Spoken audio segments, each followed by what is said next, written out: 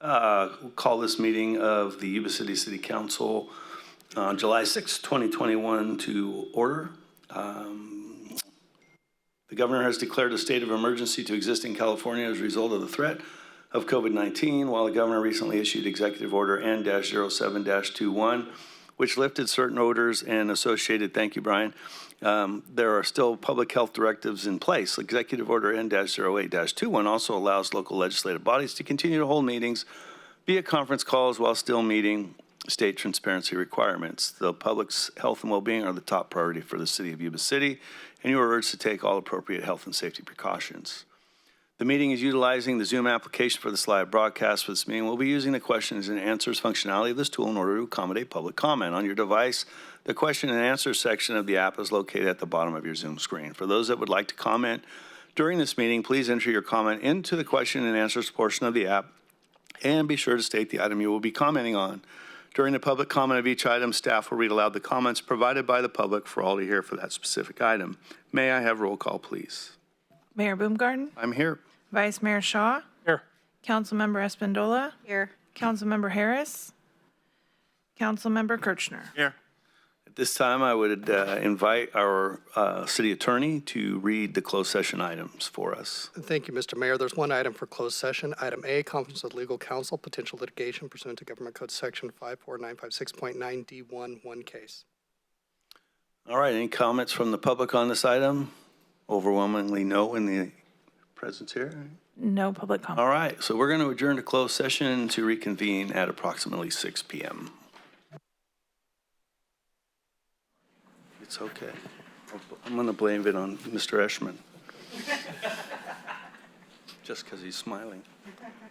All right, welcome everybody. I'd like to call to order the regular meeting of the Yuba City City Council for July make sure I get this right, July 6th. Have a couple messages to read. Virtual information. The governor has declared a state of emergency to exist in California as a result of the threat of COVID-19, while the governor recently issued Executive Order N-07-21, which lifted certain orders and associated restrictions. There are still public health directives in place. Executive Order N-08-21 also allows local legislative bodies to continue to hold meetings via conference calls while still meeting state transparency requirements. The public's health and well-being are the top priority for the city of Yuba City, and you are urged to take all appropriate health and safety precautions. This meeting is utilizing the Zoom application for this live broadcast. For this meeting, we will be using the questions and answers functionality of this tool in order to accommodate public comment. On your device, the question and answer section of the app is located at the bottom of your Zoom screen. For those that would like to comment during this meeting, please enter your comment into the question and answers portion of the app and be sure to state the item you will be commenting on. During the public comment of each item, staff will read aloud the comments provided by the public for all to hear for that specific item. Be timely with your questions, as once the public hearing is closed or the item has been discussed by council and voted on, no more comments will be accepted for that item. May I have roll call, please? Mayor Boomgarden. Here. Vice Mayor Shaw. Here. Councilmember Espandola. Here. Councilmember Harris. Here. Councilmember Kirchner. Here. All right. Invocation. I do not see our guest. Vice Mayor, would you please? Please stand. Gracious Heavenly Father, we just thank you for this day, and we just thank you for this incredible country that you've given us all the opportunity to live in. Father, I just pray that you will give us wisdom and guidance as we make decisions that will make this yet a better community for all to live in. And for that, we give you the glory and praise. In Jesus' name, amen. Please join me in the pledge. I pledge allegiance to the flag of the United States of America and to the republic for which it stands, one nation, under God, indivisible, with liberty and justice for all.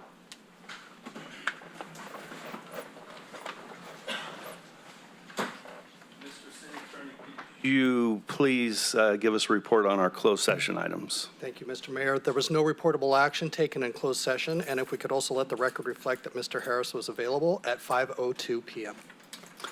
All right, thank you. All right, agenda modifications and/or approval of the agenda to the council. Any modifications? Staff, any modifications? All right. Approve the agenda? All good? All right. If you will, we have a ceremonial presentation out front. You could join me, council.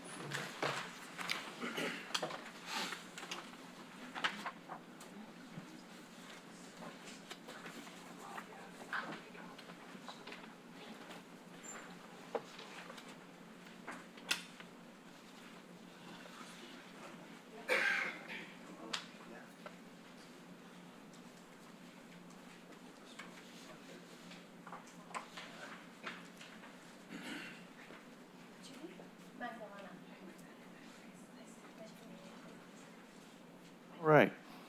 I'd like to introduce Magdalena Arroyo. She's with the Casa de Esperanza Executive Sexual Assault Project Director. And we have a proclamation for you. I'll read this and then we'll present you with the proclamation. Casa de Esperanza has led the way in addressing sexual assault by providing services, responding to emergency calls, offering support and comfort to those impacted by sexual assault. Staff and volunteers of sexual assault programs work year-round to support survivors.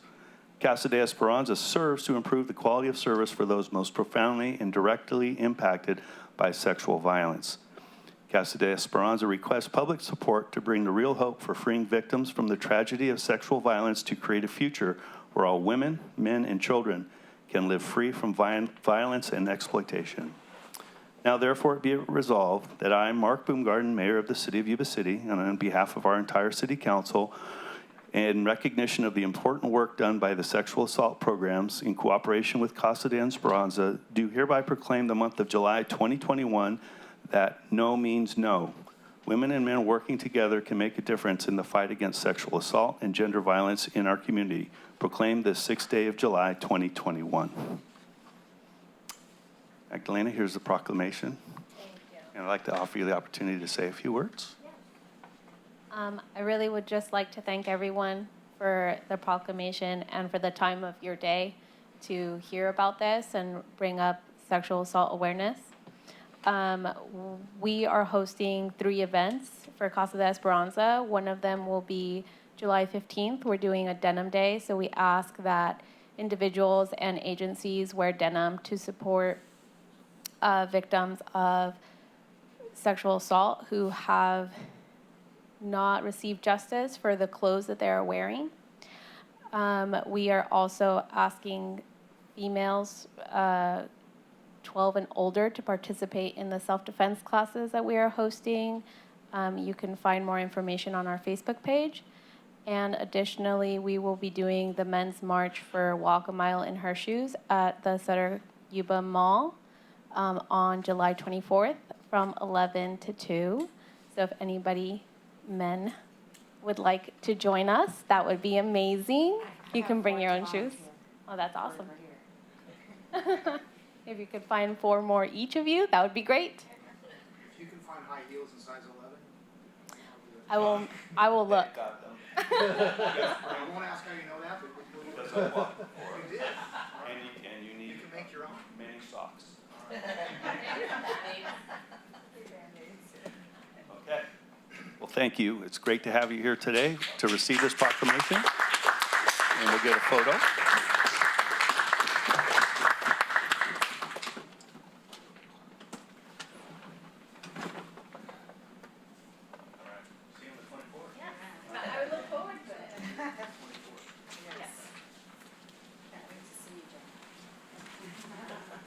Manny and I are pets. Yep.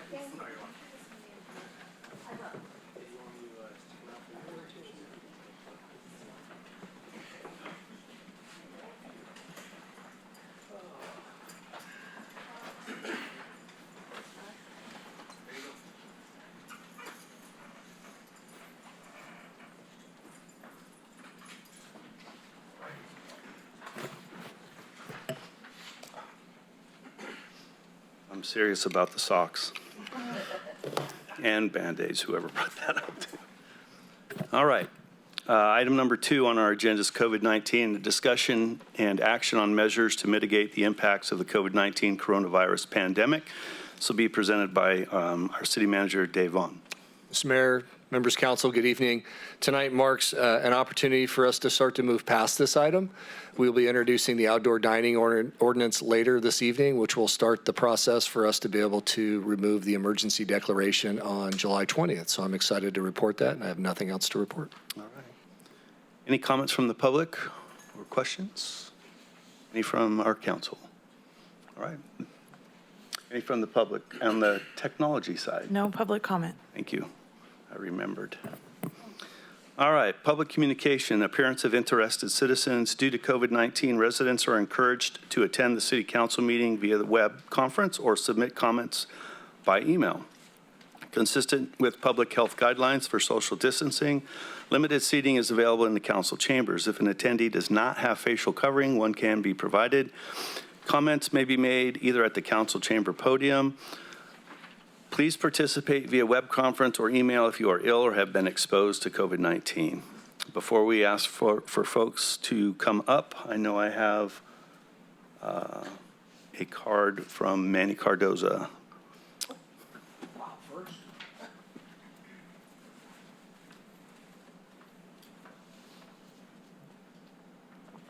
Thank you, Council. I was lucky enough to talk to the chief before I came up here. I'm here representing a group of citizens that knocked on my door and asked me to talk about the fireworks, the illegal fireworks. Yuba City, 4th of July night, the city of Yuba City had a better show than Riverfront Park inside our city limits. And there was a lot of citizens that were upset and stuff. They told me that they called for help from the police department, stuff like that, and they said that they were backlogged, which I was told a story because I talked to Chief, and he said that they always responded to a call. If they got it, they responded. But, the neighborhoods were getting, we're going from bad to worse. So if there's anything the council can do in the next year, maybe up some money for some more manpower to help our police department, fire department, anything you can do to help the citizens of Yuba City, I would really appreciate it. And I really hate to say this, but to solve the problem, it's because of all the fundraisers and stuff like that. The council make an ordinance and ban fireworks sales in the community. And that would nip it in the bud, and it'd give the fire department, police department a little bit more help. Sacramento, or not Sacramento, but there's other communities that, Butte County doesn't sell fireworks. So that's just the county right next door to us. So it's just a suggestion. But if there's anything you can do in the community between now and next year, it would be really appreciated. And like I said, I'm talking for a group of citizens. They asked me to speak with you. Thank you very much. If there's any questions, I'd be happy to answer them. Manu, the suggestion to ban fireworks, was that yours or theirs? Theirs, not mine. Okay, yeah. Because I'm going to get shot, died, because our I'm just club kind of sells- curious to how banning legal fireworks is going to prevent illegal fireworks. They were just saying ban it that way. If it's So they didn't give you a reason behind that Well, suggestion? Say, well, this way, if it's illegal, if there's nothing supposed to be shot, if it's illegal. then- I'm just curious to see if they had any Right. data or anything. I'm just- All right. I'm just the I know. sender or the messenger. Please Gotcha. don't shoot me. Thank you very much. I'll take a moment to respond. I do think that this year was probably as aggressive an illegal fireworks show that at least I have witnessed in Yuba City. And I will say that to perhaps message back to the folks that chatted with you, Manny, is that based on a lot of years of dealing with fireworks, the safe and sane fireworks aren't really the issue. It's the illegal stuff. So I think a simple ban of safe and sane fireworks, though, there's probably pros and cons to that, would also disadvantage a lot of charitable groups. And I think that we probably have a council chambers half and half. What we really need to focus is on the illegal fireworks. And one of the things that we had tried to do with the regional fireworks show was to draw some attention away from, the city to get people down to the river bottoms where it's a little safer. I spoke with my partner in getting the regional fireworks show, Brad Hudson, on the 4th of July met with him for a while down there. And I know that the city of Marysville, and I'll make some comments in regards to them later this evening for the support and the effort they put forth in getting the regional fireworks show together. You know, their goal is to make that bigger and better than it has been, and maybe draw some more folks down into the river bottoms and include other activities.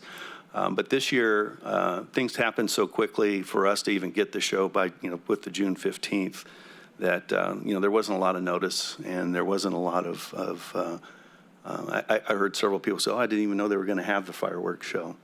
The real issue is illegal fireworks, and speaking with the fire chief, and I don't want to speak out of turn. We could probably ask him to come in. I know that there's some technology that they're looking at. Thank you for pointing out that his circle is up there on the screen. So, Chief, I'm going to go ahead and tee it up, but maybe just a little bit of brief discussion on the one that we had in regards to the apps that are now available, as well as drones, if you don't mind. Mayor, council members, yes, I sat in on the League of Cities roundtable regarding fireworks. Some of the suggestions that were thrown out there was using drones to hit the social ordinance aspect of it, where they come in, and that way you're not having those actual contact with the individuals that could result in elevated hostilities or things along those lines. And then also looking at certain apps where we can help identify. I don't want to speak on behalf for Chief Landon. However, we were out in force that night, and it is very, very challenging to be able to hit the components of our ordinance while catching somebody in the act to be able to cite. It is definitely a challenge.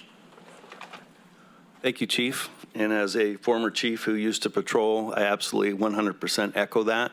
By the time either our law enforcement folks or a fire person gets to the place or the location of the complaint, many times they're done, and there isn't anything there to really follow up on. But I would invite and would appreciate Chief Landon's comments, please.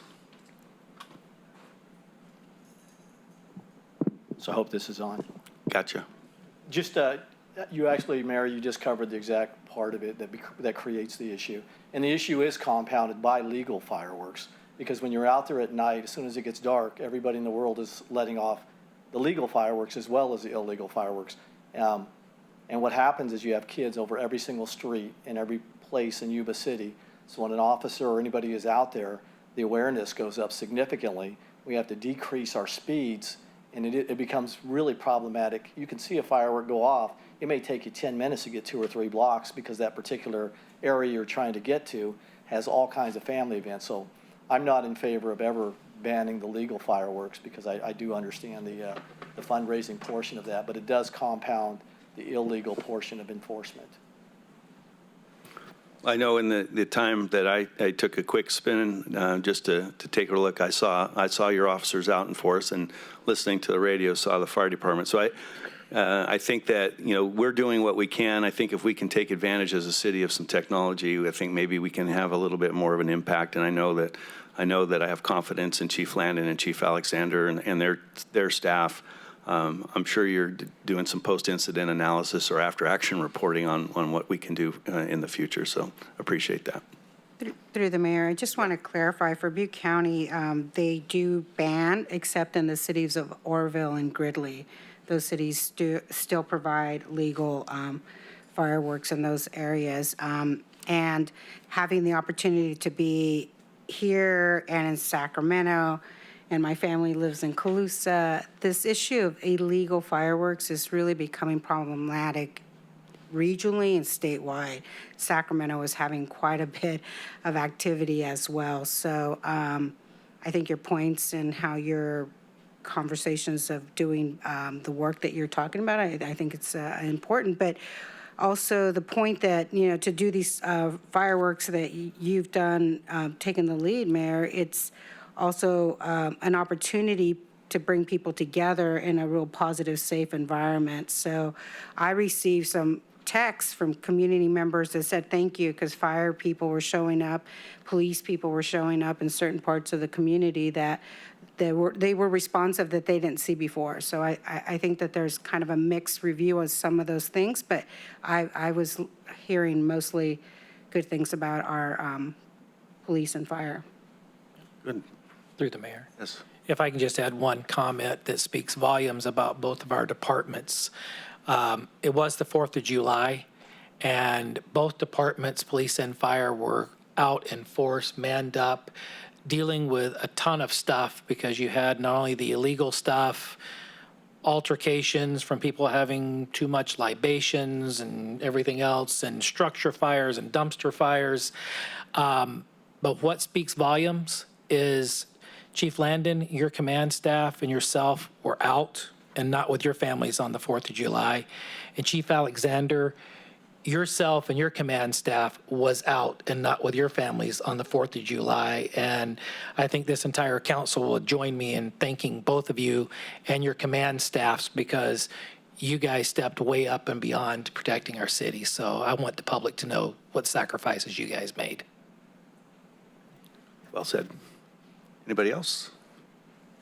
All right. If I may. I've got another question here. Chief, real quick, above and beyond, drones and things and enforcement on the night of, are you, I'm assuming there's efforts year-round to try to combat the trafficking, production, distribution, and all that. Is there any role that we might be able to help out with in that regard, or is that's probably beyond our purview as a city police department? But Yeah, a lot of the transportation and stuff and the bringing it into the city are very much out of our control. yeah, It's just hard to, you'd have to pretty much luck into it or have a good person let you know when things are happening through a different resource. yeah, We do a lot of pre-4th of July publicity. We put out all the different information with the fire. We work hand in hand with Chief Alexander, putting out the information as far as the dangers, the $1,000 fine that goes hand in hand with that if you are cited.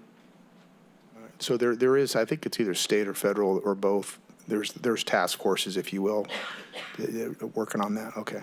You know where they come from by chance? Are they out of the country? A lot of states, they're legal, and I believe it's legal in Nevada, Wyoming. and Wyoming stuff. for sure, I know. A lot of Indian reservations are allowed to sell them. I know that happens in Washington. So the fact It's that just they're too legal close. makes it Yeah. hard for All us right. to enforce. Thank you. All right.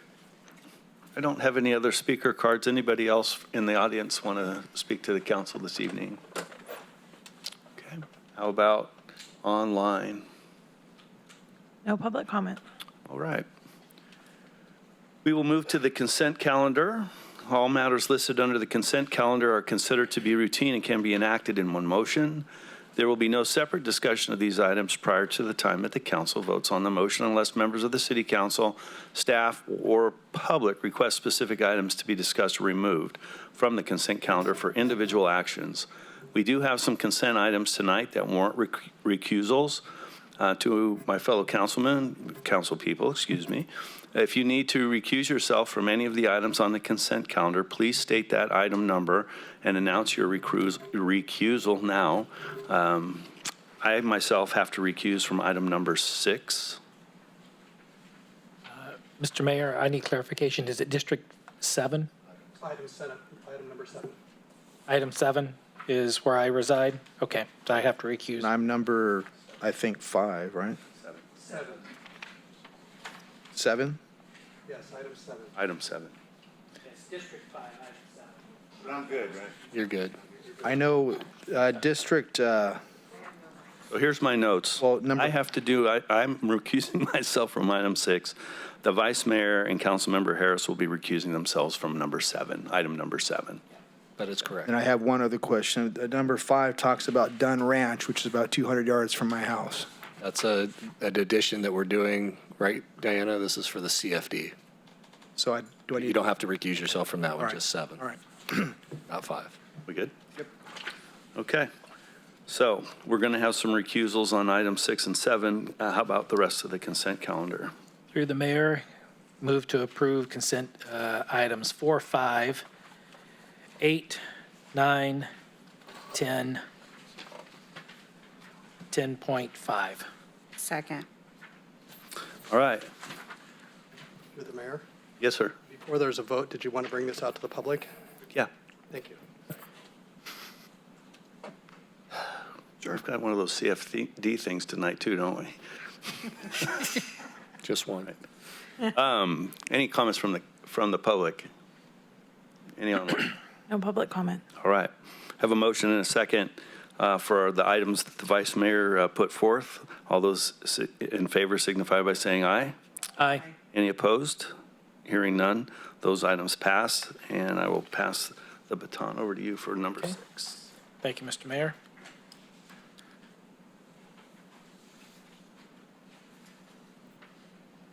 All right, we will move to agenda item number 6, Yuba City Landscape Maintenance District Number 1, Stable Lane Garden Highway, resolution of intent. There's no presentation on this, as this is standard, and it was part of the consent agenda. Do I have any comments from the public? Hearing none, any online? No public comment. Okay, back to the council. Is there any comments or questions from the council? Hearing none, looking for action. Move to approve. I have a motion to approve by Councilmember Kirschner, second by Councilmember Harris. All those in favor say aye. Aye. Aye. All those opposed say nay. Ayes have it, motion carries. If we can get the mayor back in, and then myself and Councilmember Harris will recuse ourselves for agenda item 7.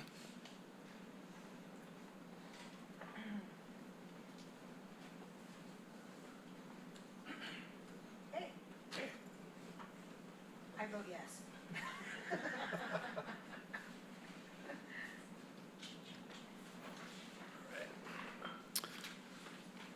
All right. Item number 7, Yuba City Lighting and Landscape Maintenance Districts numbers 2, 3, 4, and 5, Town Center and 69 subdivisions throughout Yuba City, and Yuba City Lighting and Landscape Maintenance District number 6, the Commercial District Resolution of Intent. May I have So move. a first or a motion and a second? All those in favor signify by saying aye. Public. Oh, public comment, please. Hearing none, seeing none. How about over there? No public comment. All right. All those in favor signify by saying aye. Aye. Aye. Any opposed? Hearing none? All right. You know, by the time I get done with this, I'll have it down, maybe. I don't know. We'll see. We have confidence. Yeah, thanks. All righty. All right. We are now on item number 11, the Ubisoter Economic Development District Comprehensive Economic Development Strategy and 2020 seds Annual Performance and Evaluation. And we are joined tonight by Brenda Stranix, Ubisoter Economic Corporation President and Chief Operations Officer, and Cynthia Roderick, seds Committee Chair. Good evening. Thank you, Council, Mayor, for having us here this evening. We always appreciate an opportunity to come and update the council on what's been happening with and around the Comprehensive Economic Development Strategy. So the vision for this strategy is to foster a vibrant, prosperous, and growing Ubisoter region through exceptional leadership and involvement of the community. And that's the whole crux of why we do the strategy on a regional level, so that we can gain the buy-in, the advice, the concerns of the entire region. So I'm just going to briefly update you. It's a lot of numbers. I believe you all got it in your packet. But the very end has some pretty interesting data that coming out of COVID or working through 2020 that had a pretty significant impact on the region. So employment growth was obviously down in 2020 over 19. Labor force was up a tiny bit. Unemployment was obviously up. But the good piece to this slide is that annual wages were also up this year with a pretty significant growth, nearly 5%. So we're excited to see that. Poverty levels are trending down, which is a good thing. Median household income is trending up. And the GDP 2018 over 2019, which is the most current numbers we could get, is up a bit as well. So again, we had a crazy 2020, but it looks like there were some positive things that came out of it as well. So here's where I have my greatest concern.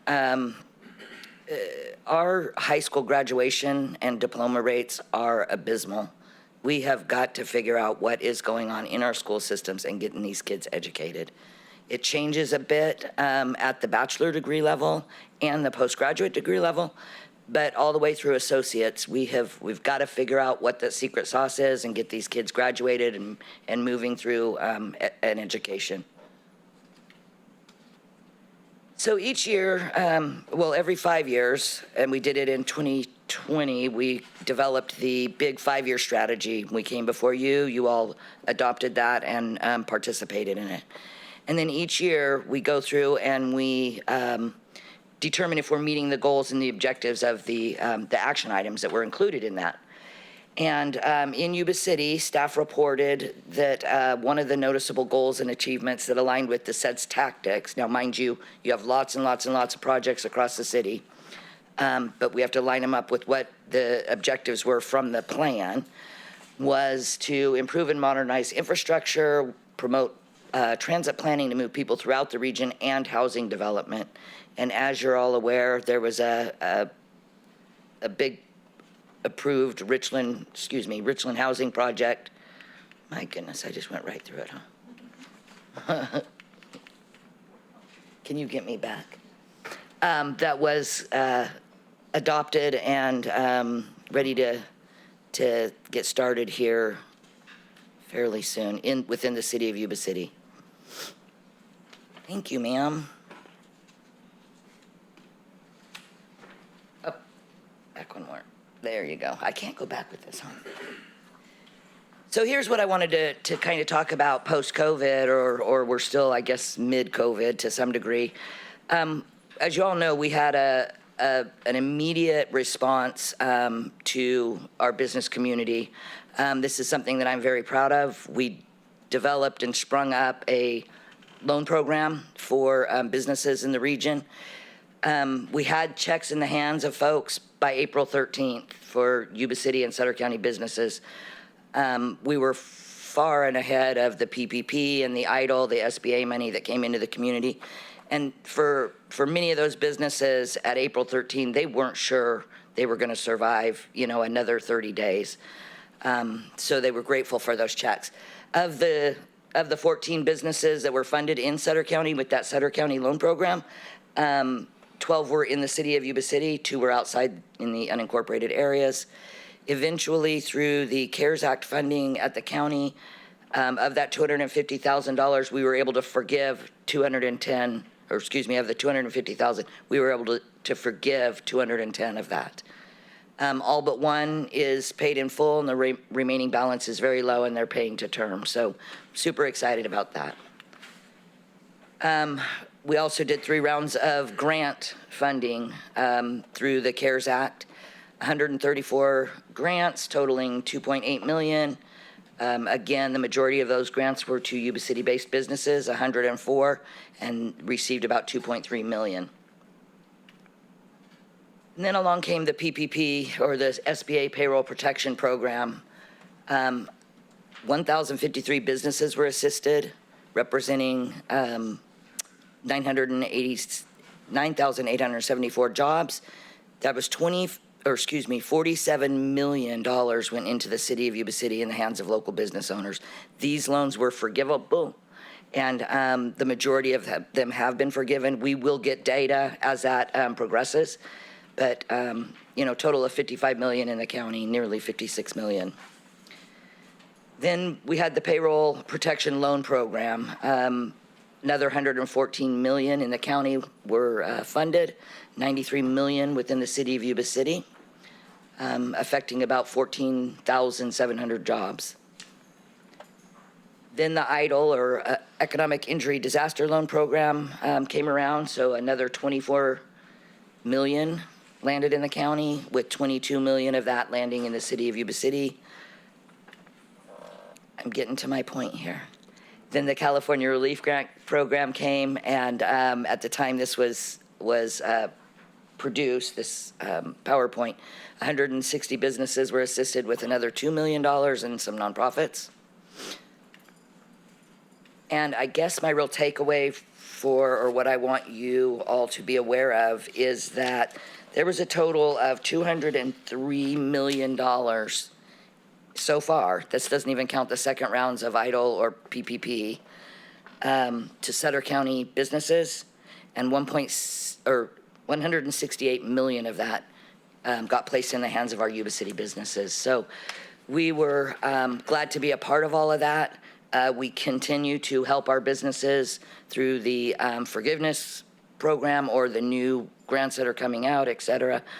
I will say that most of our businesses are doing pretty well. Some of them have exceeded, and I know some of you know this firsthand, have exceeded their projections by a long shot during all of this. They were very flexible, and they were able to kind of pivot and take advantage of some of the opportunities that this crazy thing left us. We still struggle. Our biggest struggle right now is workforce. I know you all know it. You're all feeling it. You're hearing it from our local businesses. We've got to get people back to work and stop incentivizing folks to stay home. That's all I really want to report. That's our view from the perspective of Ubisoter Economic Development Corporation. We're here to answer any questions this evening, or if you have things you want to talk about and discuss, we're happy to do that as well. Thank you, Brenda. I'll turn it over to the council for any questions, comments.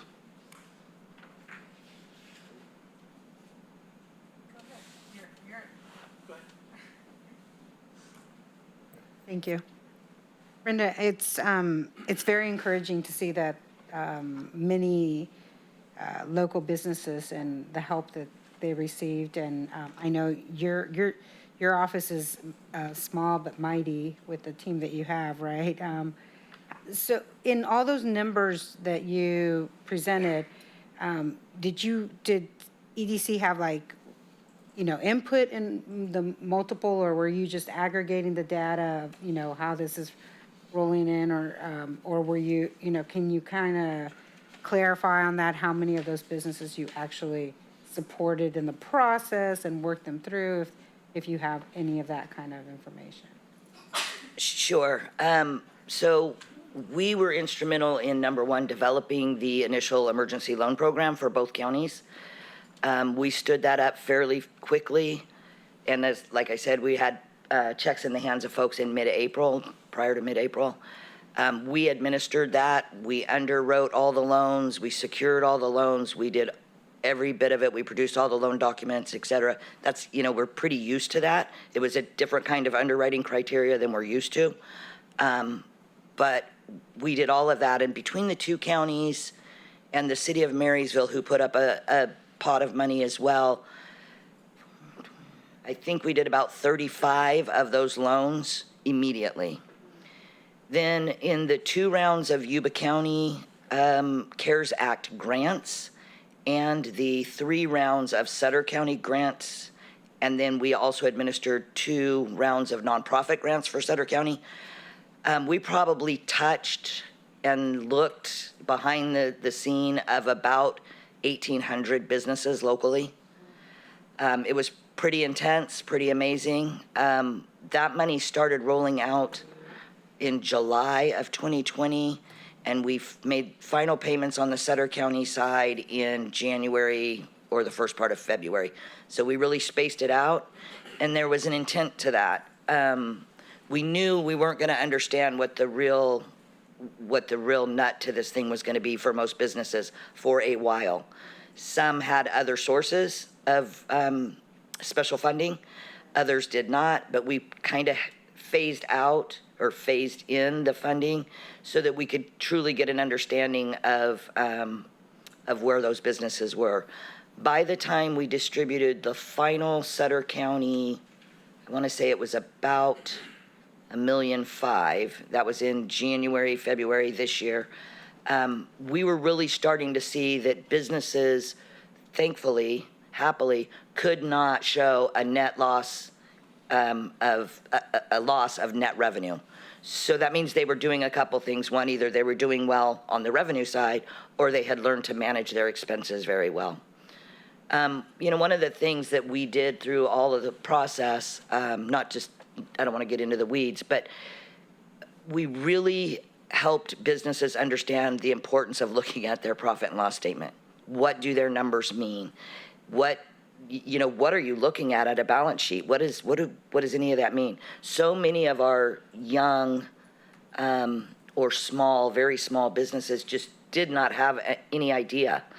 They saw a loss in revenue, not understanding that they also had less expenses, and they were hyperventilating and didn't know what to do because they knew they weren't hitting their revenue numbers, when in fact they had scaled down their business so that they could support it, and they were actually making more money month over month than they did the year before.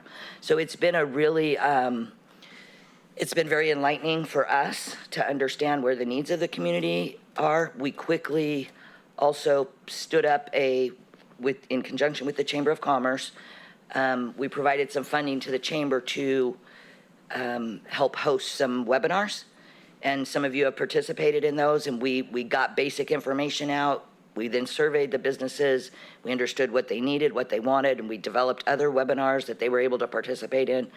We're hands-on with them in everything from, their financials to marketing to client leads, all the way across the board. It just depends on what the business is actually needing. Our businesses I'm very proud of them. They were very resilient through this. And like I said, many of them are doing very, very well. And I'm sure that has to do a lot with your work and Cynthia and the rest of your team to help them, assure their ability to stay open and continue. The other part that is, I guess, you and I have had these conversations even before I was elected. The concerning, and I haven't, the idea that we have those low education rates in our community, that is really concerning to me as a council person, and recognizing that ties in directly to workforce, that ties into opportunity. The encouraging part of it is that we saw the poverty rate decrease a little, which is good. But still, we're not really that high. We're pretty low comparable to the nation or California as I was reading the report. But if that's shifted or changed, please help me understand that. But I think that's part of the limitation, perhaps part of it. Obviously, COVID and other things have just created larger issues for communities. That poverty, the low education rates, can determine a very skilled or unskilled labor, and probably not enough what we need.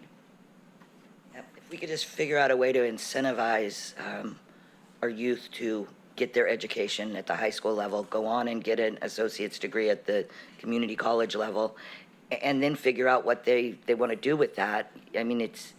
We've been able to incentivize people to not do it. I think we need to figure out how we can incentivize them to do it. And I don't mean you necessarily have to buy people homes just to get them to do that. We have to figure out how to touch them and when to touch them and get them on the right track. And I think Dr. Dodson's in the room tonight. We work closely with her as well, and so we're hoping that we're going to see some changes at our community college level. We already have seen some, but really it's just getting them motivated, the youth, motivated to hit those milestones and those goals. Thank you. Vice Mayor? Through the mayor. Brenda, thanks for being here. And I just wanted to highlight on some of the things you hit and say thank you to the EDC as a member of the board, but as a member of this council. We all learned to navigate during COVID. And I know that the EDC pivoted and did a lot of things instead of just administering the loan program for the county. But you talked about those workshops, and it was really a team effort across the board because we brought in, and we had the chamber, we had the SBA, myself, others, that was giving all the information, but you guys did step up and offered that if they needed that help for the forgiveness, if they needed those balance sheets. And I think that was key. And to one of the things you hit on as far as how we did, we had an economist from UCLA report out to GSEC a few weeks ago, and I think I reported out to the council. What saved California's hide was rural counties like ours. because the big metropolitan areas, Sacramento, Los Angeles, San Francisco, that didn't take the extraordinary steps to help their businesses stay afloat, such as the one example we are going to be dealing with tonight, the outdoor dining. That's what kept our businesses going. That's what kept the GDP going. That's what's kept everything going. So to your latter point there about the education, I know we're working locally, the school district is not under our purview, but they've been working with Yuba College, and they get their first couple of years for free. But also there's the pilot program to where you can go in, and by the time you graduate high school, some students already have their AA and they have their high school diploma. And so I think that's heading down the right avenue. But how do we further development? We have to have job creation here. And I look forward to the city and this council, because we have the Business Retention Task Force, finding out what our employers need and then bringing that back, and then hopefully being able to launch out across our community to figure out how EDC, the chamber, everything fits in to this wagon wheel to grow jobs here. Because I think we're down the right avenue with the education to try to afford them the education here, but we also got to have jobs here. And so I definitely, as one of the council members, want to see more jobs in this area, more business attraction. We got to take care of who's here, but we also have to bring more in if we're expecting them to go to college, and whether it's technical school or get an AA or a bachelor's, we got to make them want to stay here as well. So, but thank you. The next year or so, we really have to focus on our existing businesses. Their workforce demands are much greater than they have supply of. Many of them are shutting down several days a week, et cetera, et cetera. So we've got to fix that problem, stabilize them, then grow the economy. And unfortunately, and I'm going to sound political here for a minute, but just I'll ask for forgiveness later. We don't have the power to change that. Right. Because that's the governor and the state legislature, and at some point we have to stand up as a state and do what over 22 other states have said, enough is enough, let's get back to work. And that'll start turning it 100%, around. and so do our employers. Yeah, so anyway, thank you. Brenda, thank you. Cynthia, thank you for what you've done, especially through COVID. I mean, unprecedented times. And as you mentioned, I think, people doing things that they hadn't traditionally had to do, but you guys stepped up to the plate. And I know that there are businesses throughout our community and throughout our city that have benefited from that. I want to ring the bell a little bit for ag because of what's going on with water right now. It's probably, they're getting tired of probably hearing this at the staff level, but if I was visiting a local automobile dealer, they don't have anything to sell. And the ag folks in our community, which, is a big driver in our community, are going to be stressed with issues related to the lack of water. So I know you're on top of this probably already, but here's I'm kind of lobbing something your way. Is that that's a segment of our business community that is likely to be potentially impacted in a very negative way on top of what has already happened. So And that impacts every other industry Right. across our community. yeah. From So anyway, boot sales to tire sales to all the way fertilizer, up. seed, tractors, everything else. So anyway, appreciate what you guys have done. Like I said, stepped up in unprecedented times, and I always look forward to hearing what's going on and what you guys are up to. So thank you for being here tonight, both of you. Happy to do it. Are you willing to take questions from the public if they have them? All right, any questions from the public? Anything, Sarah, online?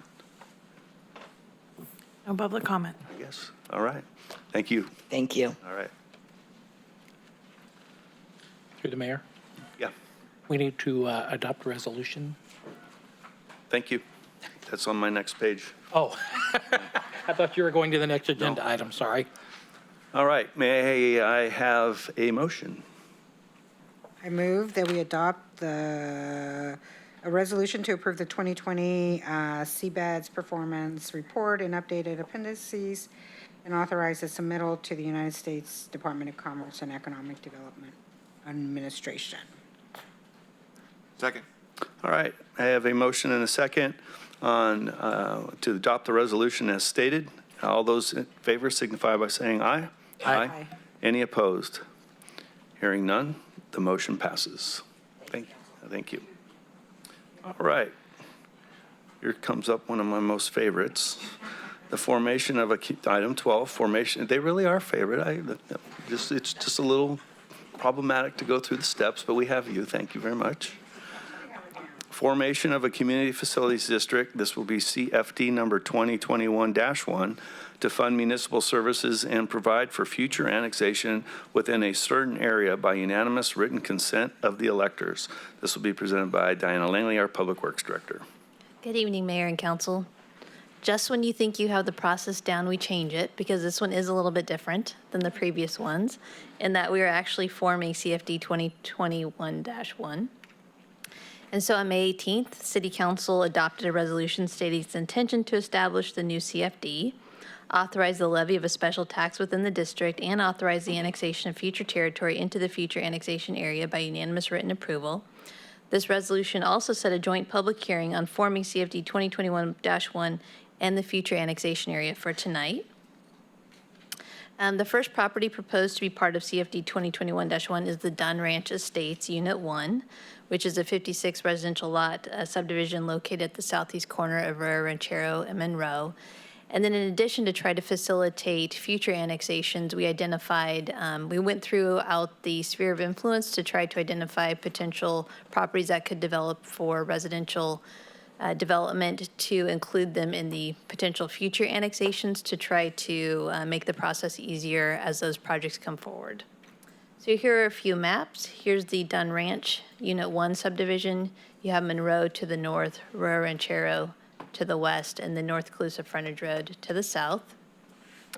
And then again, we went through the city sphere of influence to identify the potential for future residential subdivisions, and you can see we've got 3 pages worth of maps where we identified this. And again, this is just to facilitate future annexations into the CFD so that we don't have to go through a process of multiple public hearings and adoption of resolutions at one meeting. So the future annexation area, as I noted, will allow property owners in the future to annex to the district by unanimous written consent. Alternatively, properties could annex with a ballot proceeding and vote in the future to the extent they are not included in the future annexation area. However, we did try to include as many properties as we could. If properties were to have to annex this way, it would take more time, around 45 to 90 days, to go through that process. The hearing report for CFD 2021-1 follows the same methodology used in the formation of CFD 2017-1. The current levy is $485.80 annually per single-family residential lot and $354.35 for multifamily residential lots. And this one's different in terms of the escalation factor is based upon the city's combined police and fire department budgets. So as those increase annually, this CFD will also increase up to a max of 4%. And with the annexation of Dunn Ranch Estates into the CFD, we would see an annual revenues from that of $27,204.80 based upon the current fee. Alternatives are to not authorize the formation of the CFD and direct staff on other acceptable means of assuring development contributes its fair share, or require staff to develop an alternative method of rate and apportionment for CFD 2021-1. So to complete the formation of CFD 2021-1, this is where you got to prepare yourselves. The City Council must sequentially hold a public hearing on the formation of the district and the future annexation area, adopt a resolution of formation, adopt a resolution calling for an election, conduct an election public hearing of the qualified electors, and then adopt a resolution certifying the election results. Finally, the council will consider an ordinance levying the tax for the future. So all of those items are going to take place tonight. So the first recommendation, adopt a resolution of formation to establish CFD 2021-1 in a future annexation area and to authorize the levy of a special tax within the district to finance certain services, and adopt a resolution calling an election with respect to special taxes to be levied on territory within CFD 2021-1, authorizing the levy of a special tax and submitting the levy of tax to the qualified electors. Okay, so I have a script. The first thing on the script is to ask if I have any comments from the public before we open up the public hearing. Does anybody from the public have anything that they would like to comment on or ask? Anything online? No public comment. Okay. So we're going to hold a public hearing. The joint public hearing for the formation of a community facilities district, CFD number 2021-1, to fund municipal services is now open. If there are any members of the public who would like to address the council on this issue, please provide your statement via public comment and state your name and address for the record. Do we have any comments from the public on this item? Anybody? Anybody? No public comment. Okay, hearing and seeing none. I am closing the public hearing and bringing the matter back to Diana Langley. So we hold an election public hearing for the special taxes within the district. Through the mayor. Did we want to hold a vote first on the two resolutions? Yes, please. I was trying to just move it along. I appreciate that, Diana, I really do. Okay, so what I have next is items B and C. Adopt the resolution of formation to establish CFD 2021-1 and the future annexation area and to authorize the levy of a special tax within the district to finance certain services.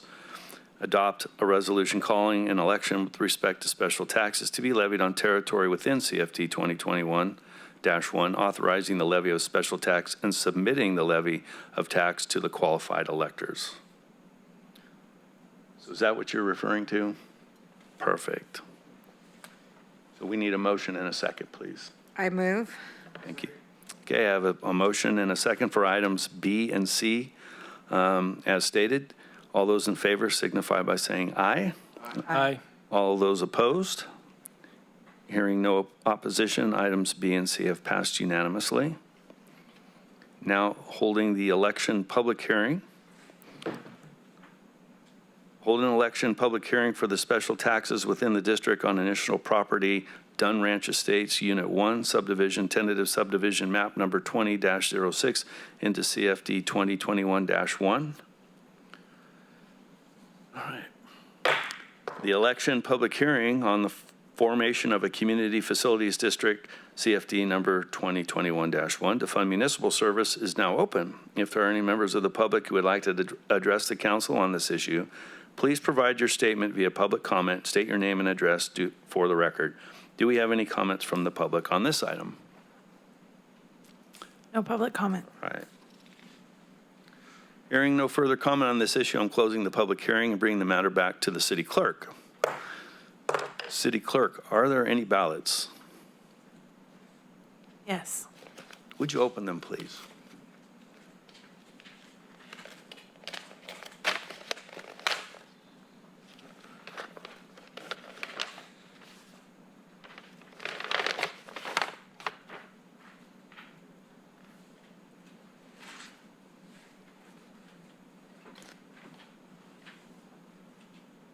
So we've received one ballot from James R. Scott of Inner West Homes Corporation.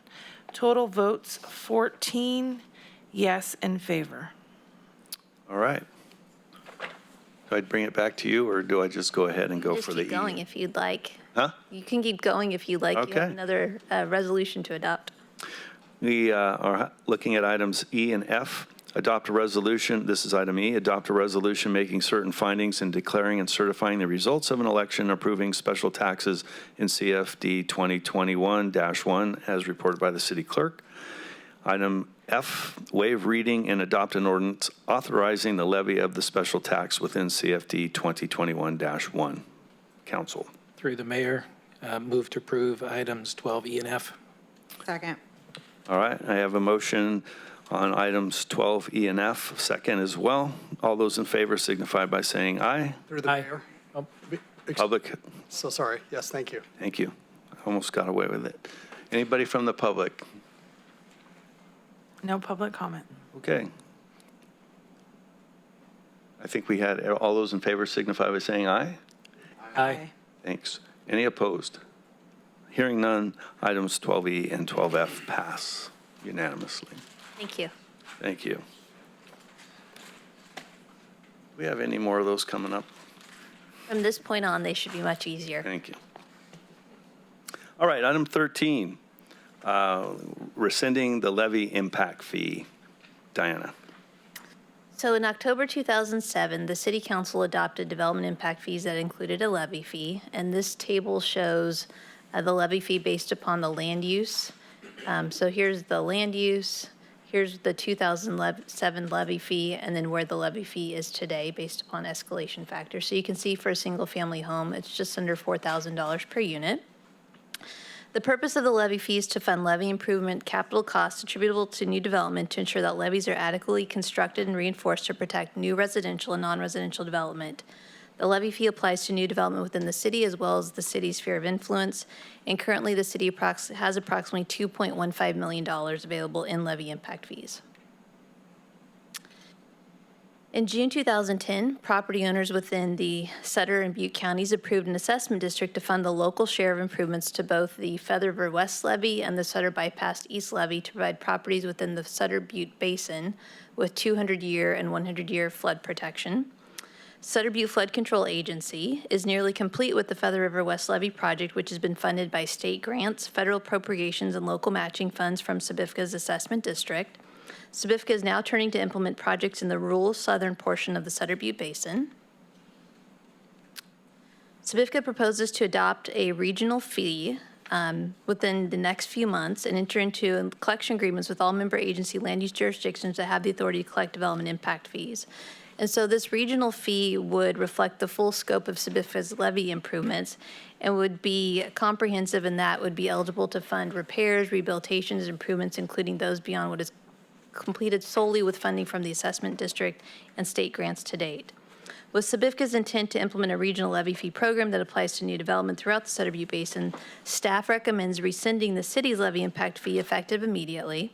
It is not staff's recommendation to reimburse development that has already paid the fee, but rather apply this change on a go-forward basis. So as I noted, staff recommends rescinding the city's levy impact fee. So the fiscal impact of that is that with rescinding the city's levy impact fee, the city will no longer be collecting this. So as noted on that previous slide, that's about $4,000 per single-family home. This aligns with City Council's focus to reduce overall development impact fees in order to encourage new development, and it's expected that SBIFCA's regional fee would be significantly less than the city's impact fee. An alternative would be to not rescind the city's levy impact fee. If council were to decide to go this direction, I would recommend that we update the AB 1600 study to make sure that it's reflective of the current needs and can justify the fee.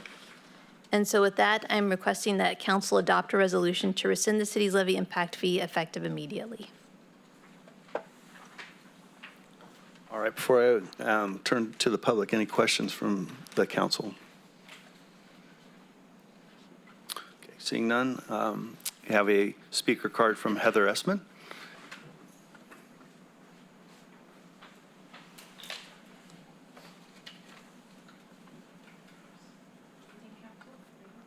Sorry.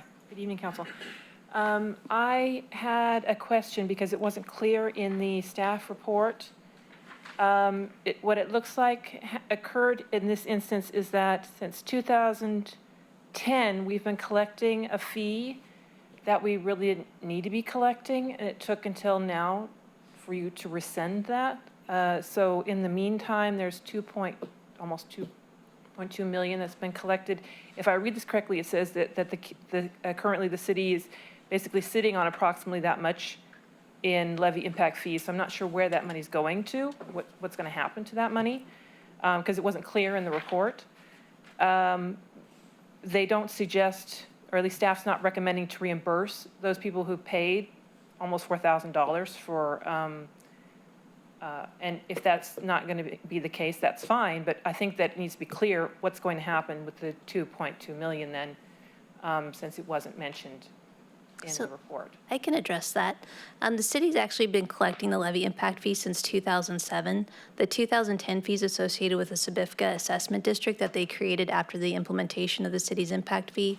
The Sabifka Assessment District was to install improvements to provide 200-year and 100-year flood protection with the entire Sutter Butte Basin, whereas the city's levy impact fee was associated with directly improvements to improve the levy system to impact Yuba City residents. We have utilized some of those funds to prepare flood maps for the city and for other studies. With the remaining $2.15 million, one of the things that council would consider in the future is to transfer that money, or at least a portion of it, to Sutter Butte Flood Control Agency so that it could go towards these improvements as they establish this regional fee. I would also follow up with your question was one that our ad hoc committee on development impact fees also raised. We were concerned in regards to the fees that were currently being levied on new construction.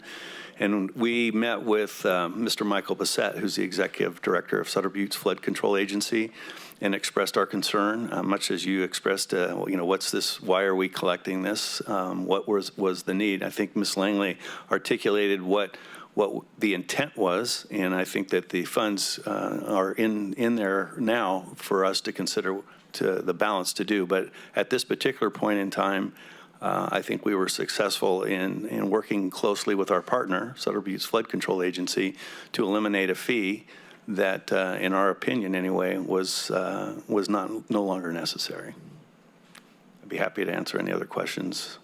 I would like to acknowledge Sabufka's willingness to sit at the table, and again, Mr. Bissett and his staff for their willingness to talk to us about this. We have met with other local agencies in regards to impact fees and the monies they're collecting.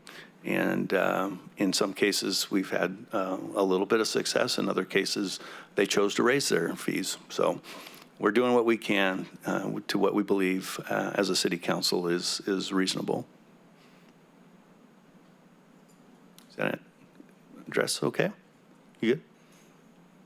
Okay. So any other public comment? No public comment. Okay. Action from the council, please. Mayor, Yes. I'd like to make a motion that we adopt a resolution to rescind the city's levy impact fee effective immediately. Second. I have a motion by Councilperson Kirchner, second by the Vice Mayor Shaw, to adopt the resolution rescinding the city's levy impact fee. All those in favor signify by saying aye. Aye. Any opposed? Hearing none, that item passes unanimously.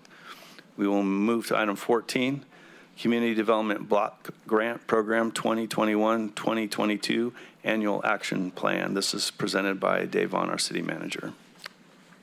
Good evening, Mayor, members of council. The item before you tonight is in regards to conducting a public hearing to receive comments on the 2021-2022 Annual Action Plan. And second, consider for adoption a resolution approving the authority to staff to submit the required documentation to the Department of Housing and Urban Development on the proposed 2020-2021 Annual Action Plan, which allocates $641,102 in community block grant funding. Also, if there are any questions, we do have Mr. Moody on the phone, live from vacation, and we have our city attorney who can happily answer. Look at that, Ben's going to go live for me.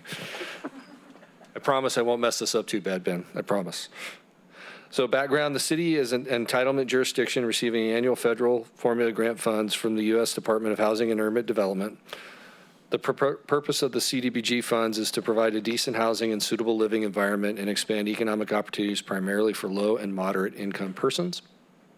CDBG objectives benefit low and moderate income persons, aid in the prevention or elimination of slum or blight, meet or need particular urgencies to alleviate emergency conditions.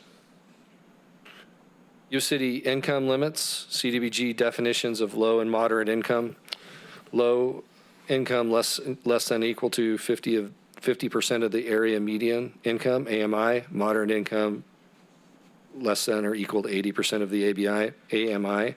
For Sutter County, AMI is defined as $75,000 per four-person household. Low-income households of 4 is 37,500. Moderate income households of 4 is 60,000. As mentioned earlier, the city will receive $641,102 for the 2021-2022 CDBG program year. In accordance with the HUD regulations, a maximum of 20% of funds is allowed to be allocated to the program administration. Our plan proposes 15% for the 21-22 plan. Maximum of 15% of the funds may be allocated to the public services, such as homeless-related services. Required to direct a minimum of 75% of the funding to low, moderate income persons and households. Funding is spent within the program year per federal guidelines. Current timeline, submit the application for HUD within 45 days of the approval window. Last day to submit HUD application after review of the local HUD rep is August 16th.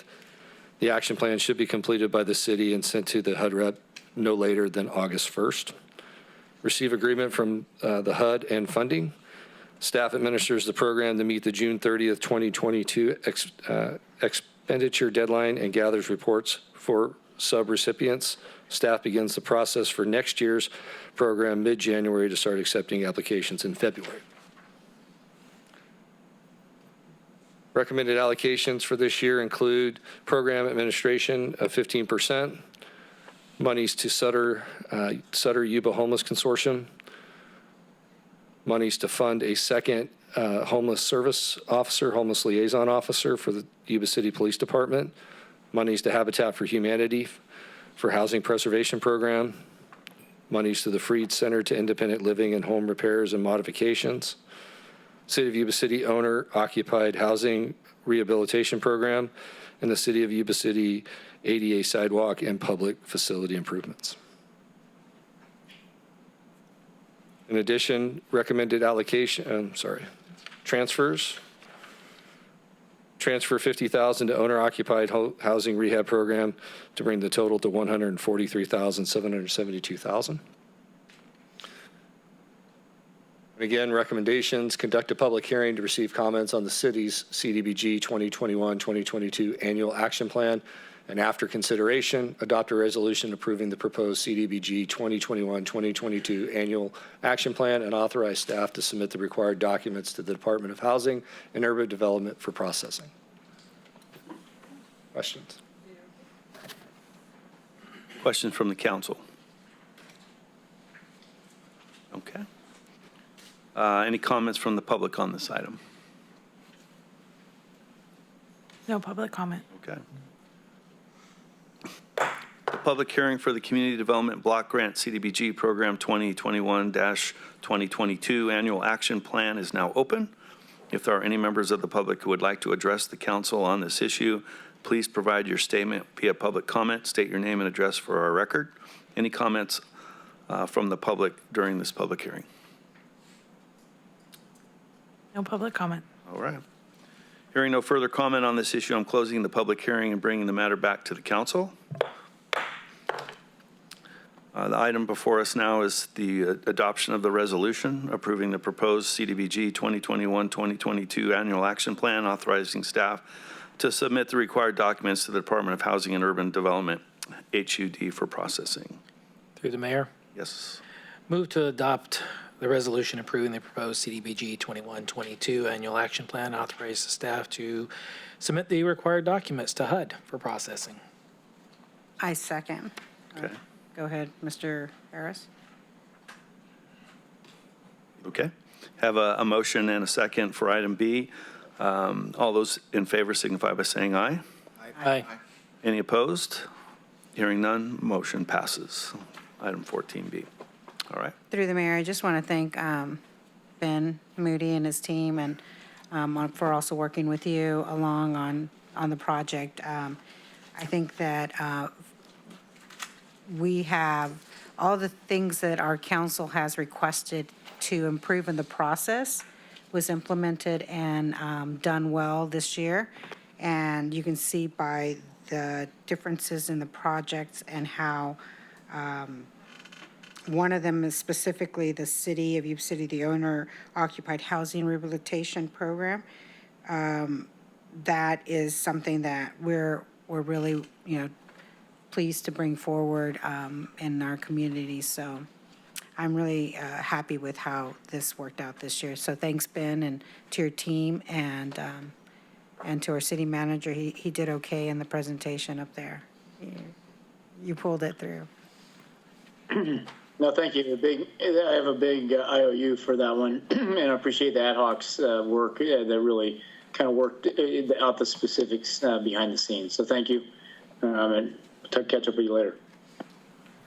And just from me, Councilwoman Espandola said it. I'm just going to echo it. Thank you, and I really appreciate the outreach effort to the community. I know that's been a topic for us all along, is to make sure that everyone that has a possibility of participating is made aware. So thank you.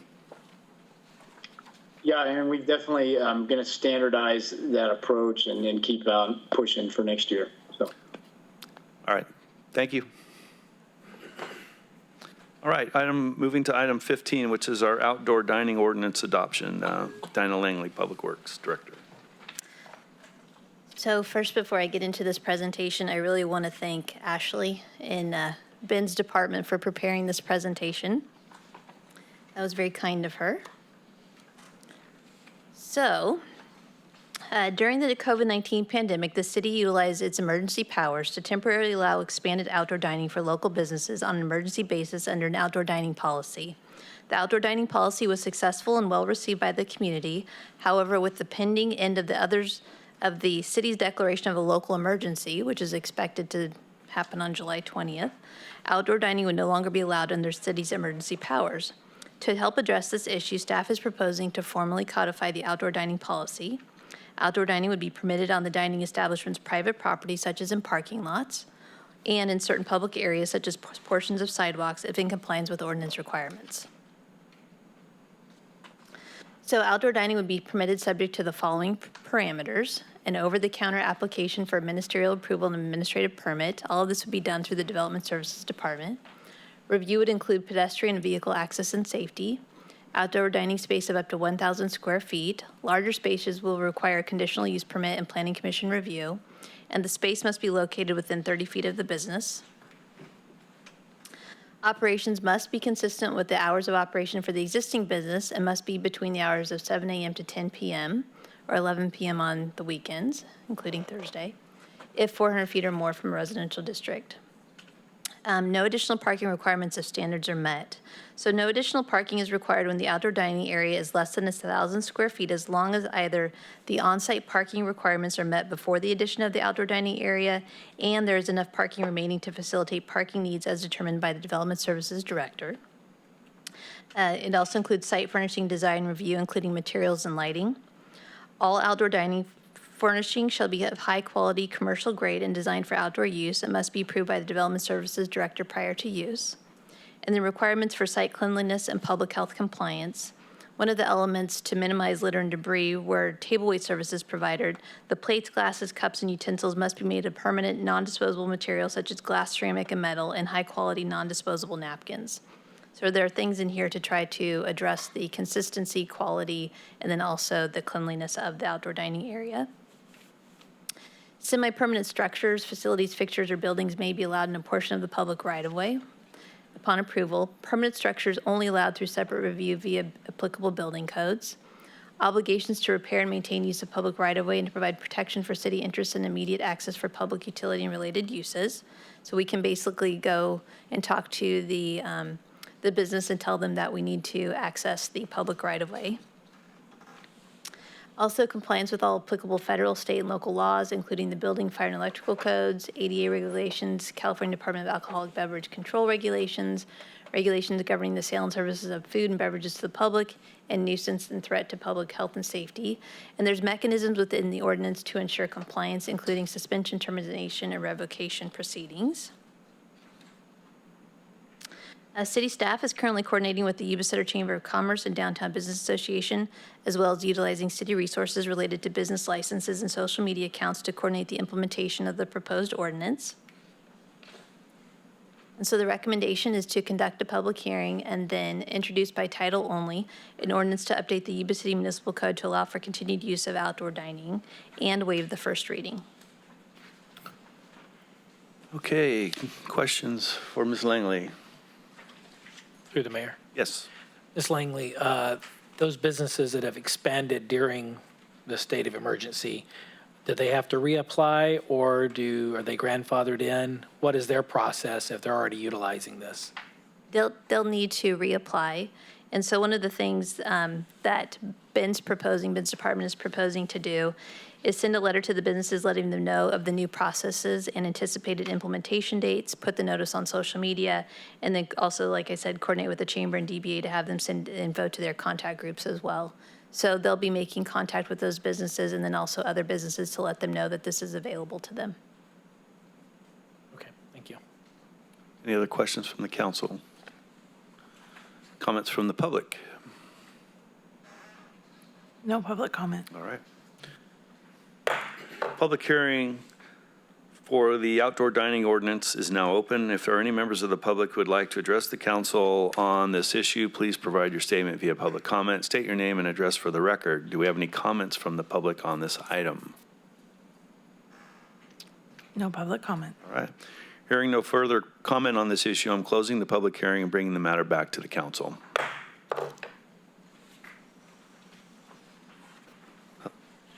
I move to introduce the title-only ordinance to update the Yuba City Municipal Code to allow for the continued use of outdoor dining by adding Article 49, Chapter 5 of the Title 8, amending Section 8-5.6102 of the Article 61 of the Chapter 5 of the Title 8 in the Yuba City Municipal Code, and waive the first reading. Second. All right, I have a motion by Councilperson Espandola, second by Vice Mayor Shaw. All those in favor signify by saying aye. Aye. Any opposed? Hearing none, it passes unanimously. We will now move to item 16, priorities and goals for the fiscal year 2021-2022, presented by Dave Vaughn, our city manager. Good evening, Mr. Mayor, members of council. I think this is the last item, so I appreciate your patience this evening. Part of the priorities and goals is we will go over those. Also, staff has put together projected or recommended projects that go along with the American Rescue Plan Act that tie in with these priorities and goals.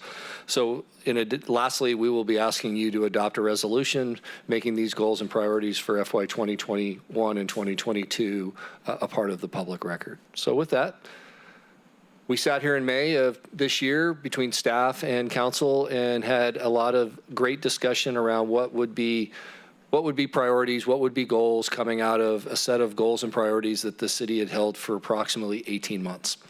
So out of this meeting, the executive team sat down and we went through all of the notes. Actually, thanks to Diana, she actually handwrote all of the notes and then typed them for me, so thank you. And then we sat down and did an extensive amount of discussion, and what we're coming back to you with is what we heard that day. We believe there's an overarching theme, quality of life. And we believe there's 4 things that support that quality of life: public safety, infrastructure, business friendly, and fiscal responsibility. So as we took those themes and thought about how the best way to represent those, is we came up with this. We believe all of these circle the quality of life that are for our residents and the objectives that the city will be taking on in FY 21 and 22. And so public safety, maintain highly qualified teams to provide services that serve and protect the residents, visitors, and businesses of this community. Business friendly, enhance and maintain a business friendly environment for our city and our partners. Infrastructure, maintain, improve, and invest in the city's infrastructure, water, sewer, streets, circulation, parks, stormwater, and public facilities. And fiscal responsibility, maintain the financial stability and stability of the city of Yuba City and operate our city's government in a physically responsible and responsive manner. So public safety. One of the things we heard very loud and clear was formalize a comprehensive emergency preparedness plan. That is going to be a very big lift for our team, but we're prepared to take that on and have that for you in this coming year. Provide timely and effective emergency service response while implementing at least 2 innovative programs per year. Annually update training expenses to ensure new legislative demands are being accounted for in the budget. Infrastructure. Maintain and update a 5-year rolling capital program list with prioritized projects.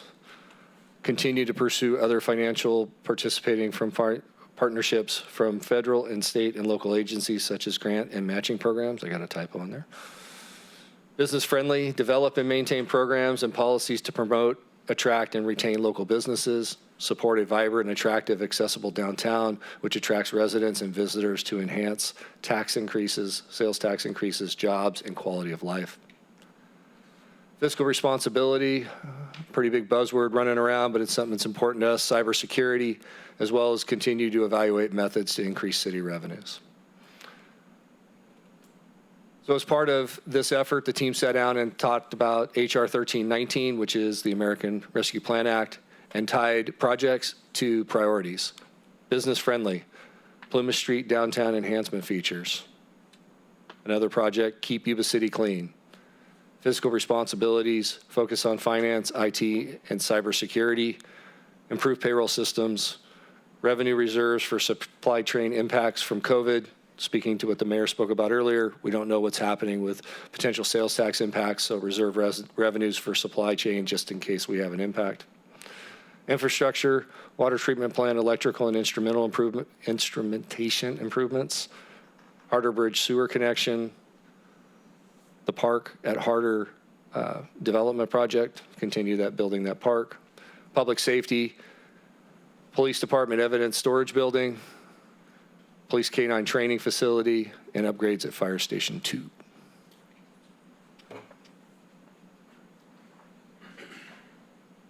Questions? All right. Questions for the city manager from the council? If I may, sir. Yes, please. Dave, can you back up, I think, two? Okay, under Yuba City Clean, is there a plan specifically? What does that entail? So this really ties into the word that we heard from council on that day, which is really around helping keep our area clean and really focusing on the issues surrounding homelessness and working with other businesses to keep Yuba City clean. So this would be focused on our business districts in order to make sure that we are able to keep those areas clean and assist businesses and keep getting that stuff cleaned up. All right, excellent. I'm curious to know if we could maybe incorporate it in the appropriate place, unless there's another plan elsewhere. But I think we really have a need for code enforcement for the folks who already live here who aren't doing their fair share to keep Yuba City clean. If it maybe that might be a place to put it. This is exactly the place it would fit in. My question. I would support that idea. Great, thank you. Thank you. Other questions? Comments from the public? Yes, you're right. Yes, please.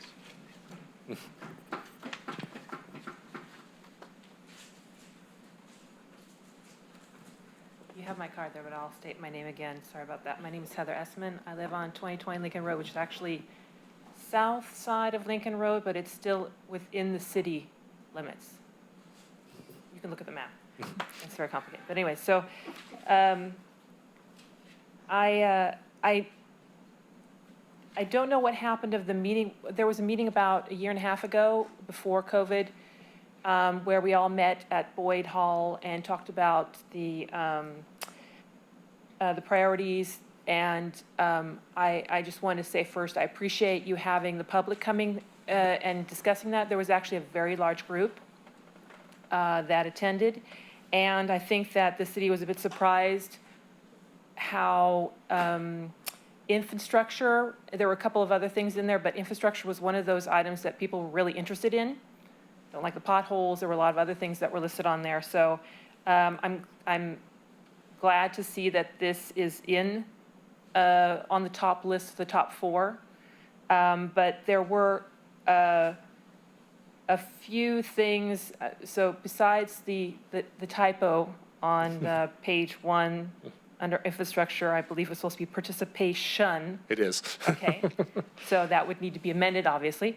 But also on the second page, line 4, it says, attract residents and visitors to enhance tax increases.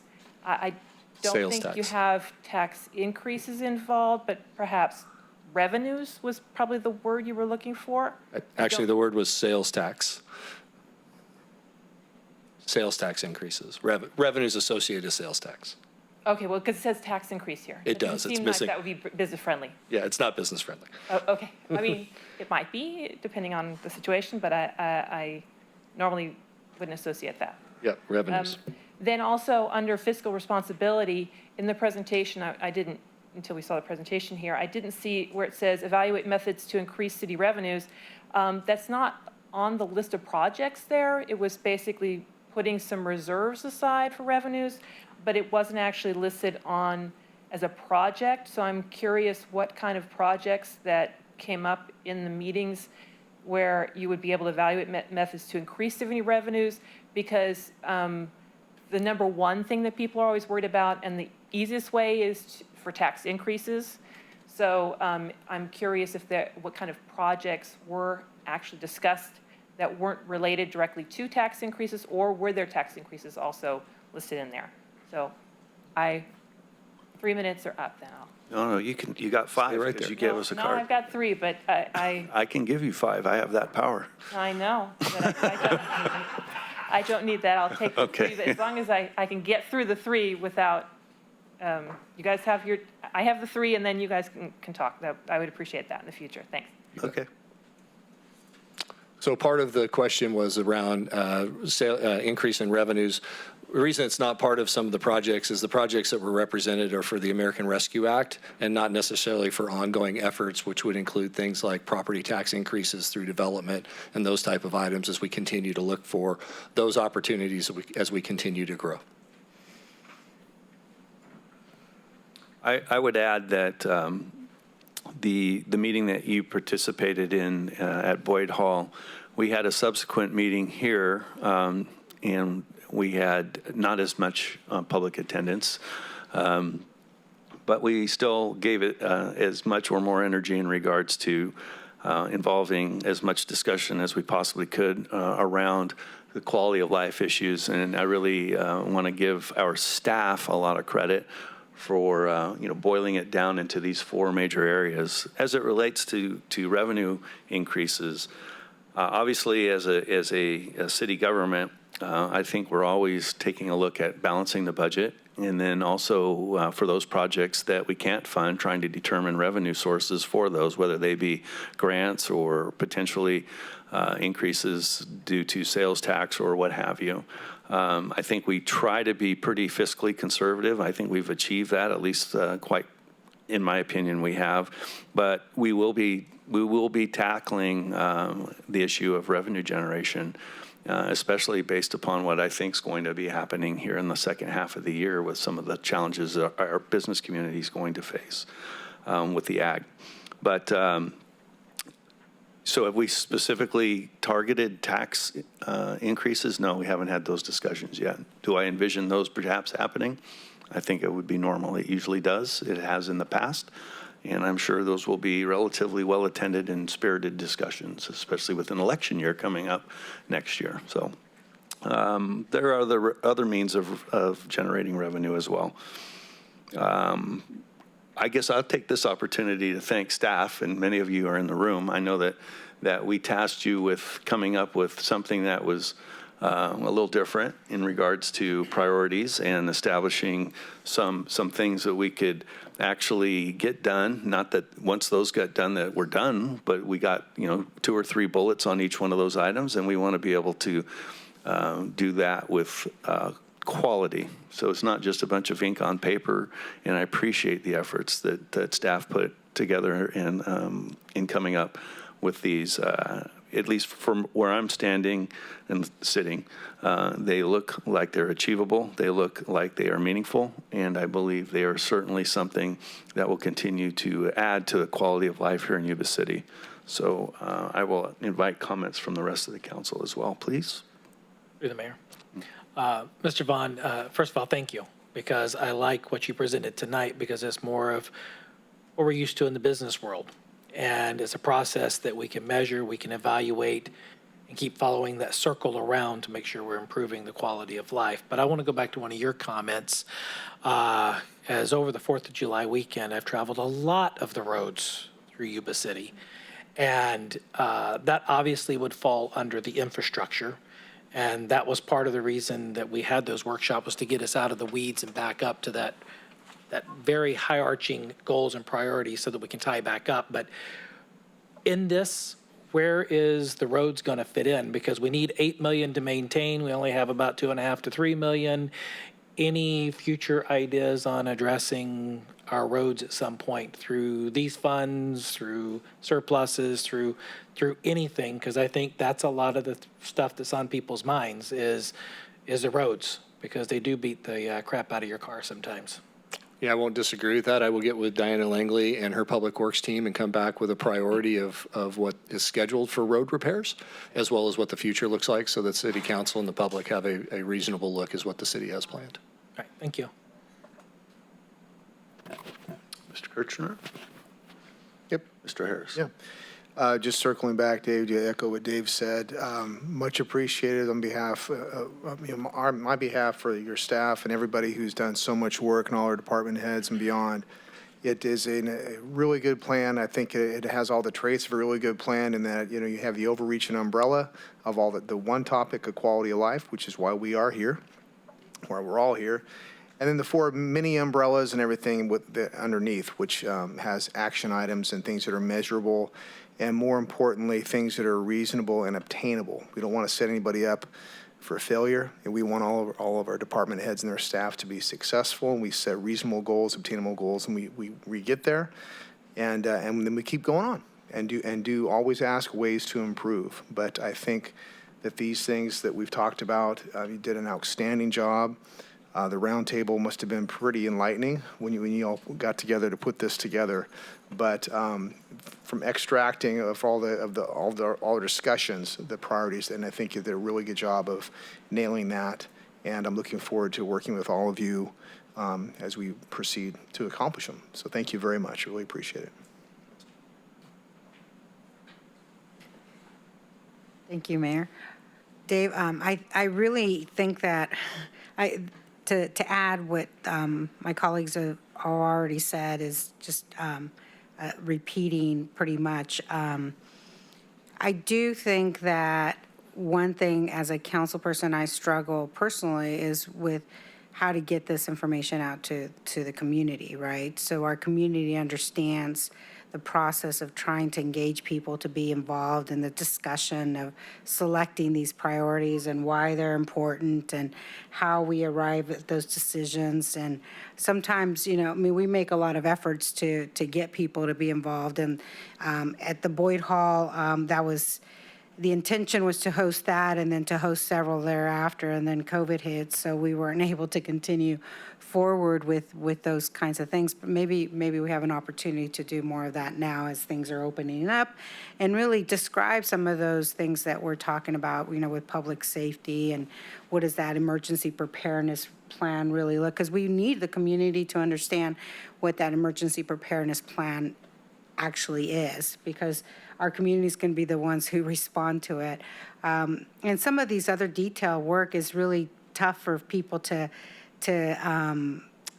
translate to everyday use, right? I think that one topic that we all are now, well, not all, but a topic that is really important in other things that we already are talking about. Water is a big issue now that we're facing forward in multiple areas, and I think that the more that we can be proactive in our discussions with these priorities is really important. What I think that is really different with this process is with Dave, our new city manager, and our team really refining those priorities and getting to the nuts and bolts, like the gentlemen have been saying. And what I am much more used to and support, that we have these reports, come back to us and report on the progress instead of a year long and then you kind of forget. How are we doing, right? Track ourselves, and how are we meeting these benchmarks, and if we need to adjust, that's an important conversation to have when those adjustments need to happen, because maybe we started off in one direction, and then as we progress, things move. We saw that with COVID. Our intent was to do these priorities of last year and the 2 years ago, and that changed. our intent is to do the priorities first and then pass the budget, but we weren't able to do that. We passed the budget and then did the priorities. So it's just things have been a little different, as we all know, this year. And I am tremendously grateful for the executive team and everyone else that was part of that decision-making. And I know it was a tough process. And but one thing that I've seen is I have faith in all of you. Faith in your decisions and your work and how you arrive at those decisions and are very committed to our city.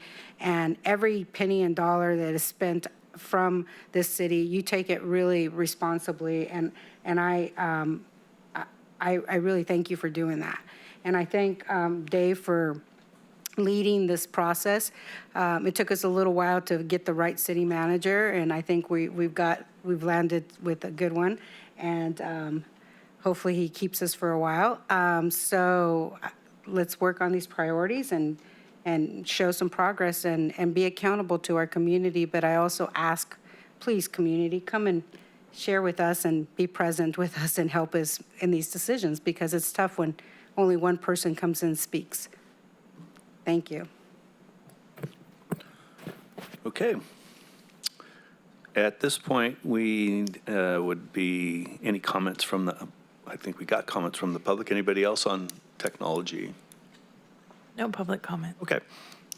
Bring it back to the council for the potential adoption of the resolution. Through the mayor, Yes. I move that we adopt a resolution adopting the city council's priorities and goals for fiscal year 2021, 2022. All right, I have a motion by Vice Mayor Shaw, second by Councilperson Kirchner. All those in favor signify by saying aye. Aye. Opposed?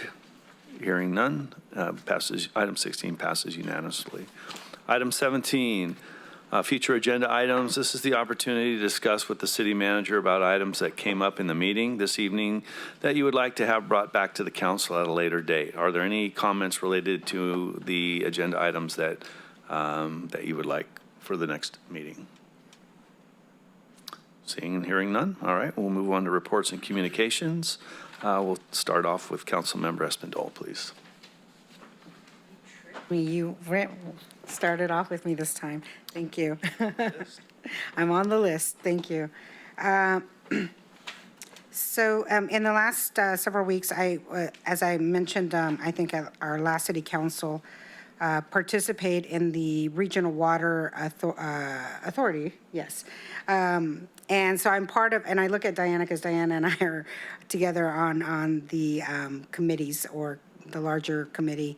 And so I participated in the advocacy in the state and meeting, and then the federal affair meeting as well. And we had a couple of meetings. I participated in two. They had several with U.S.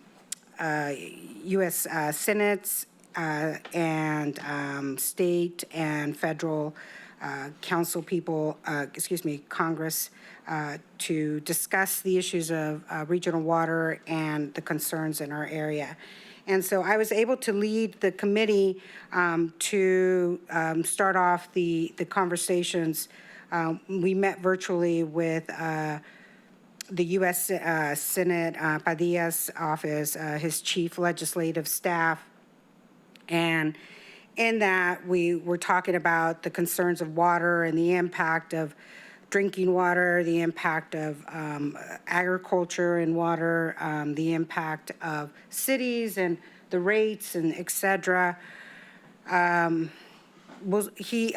my understanding, this was the first meeting I participated. RWA, this is actually their first year launching into doing these government affairs meetings with different elected folks in the feds and in the state.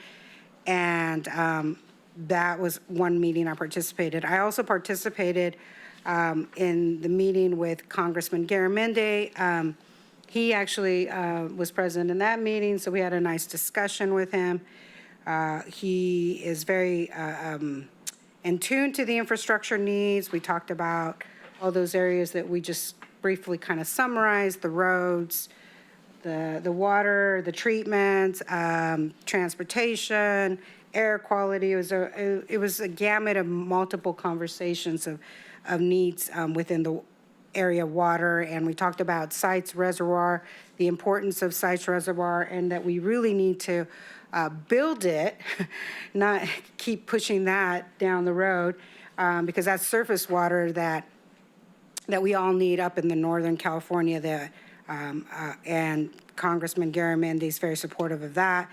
We also talked about, at that time, they were negotiating the infrastructure bill with President Biden and within the team of Senate that he was meeting with. And so the discussion about ground wells and the infrastructure of ground wells was discussed. And I said to Congressman Garamendi, Yuba City needs $9 million to fix our ground well infrastructure. And he nodded. He goes, I will see how we can help.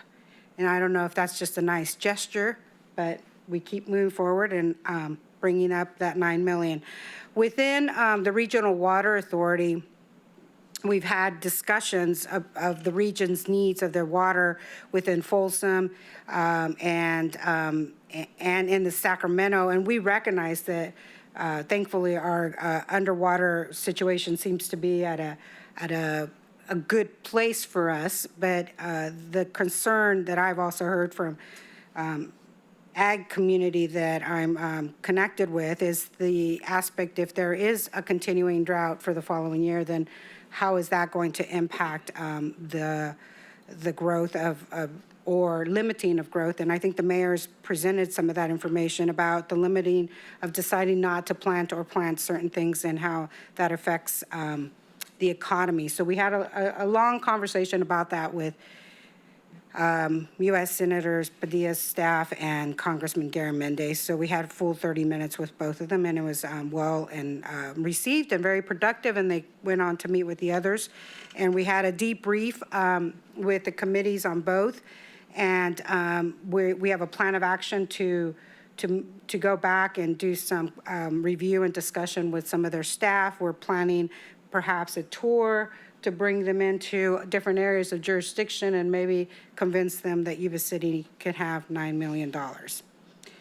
Then I met with our city, Yuba City. We have a homeless committee, a really dynamic, great team.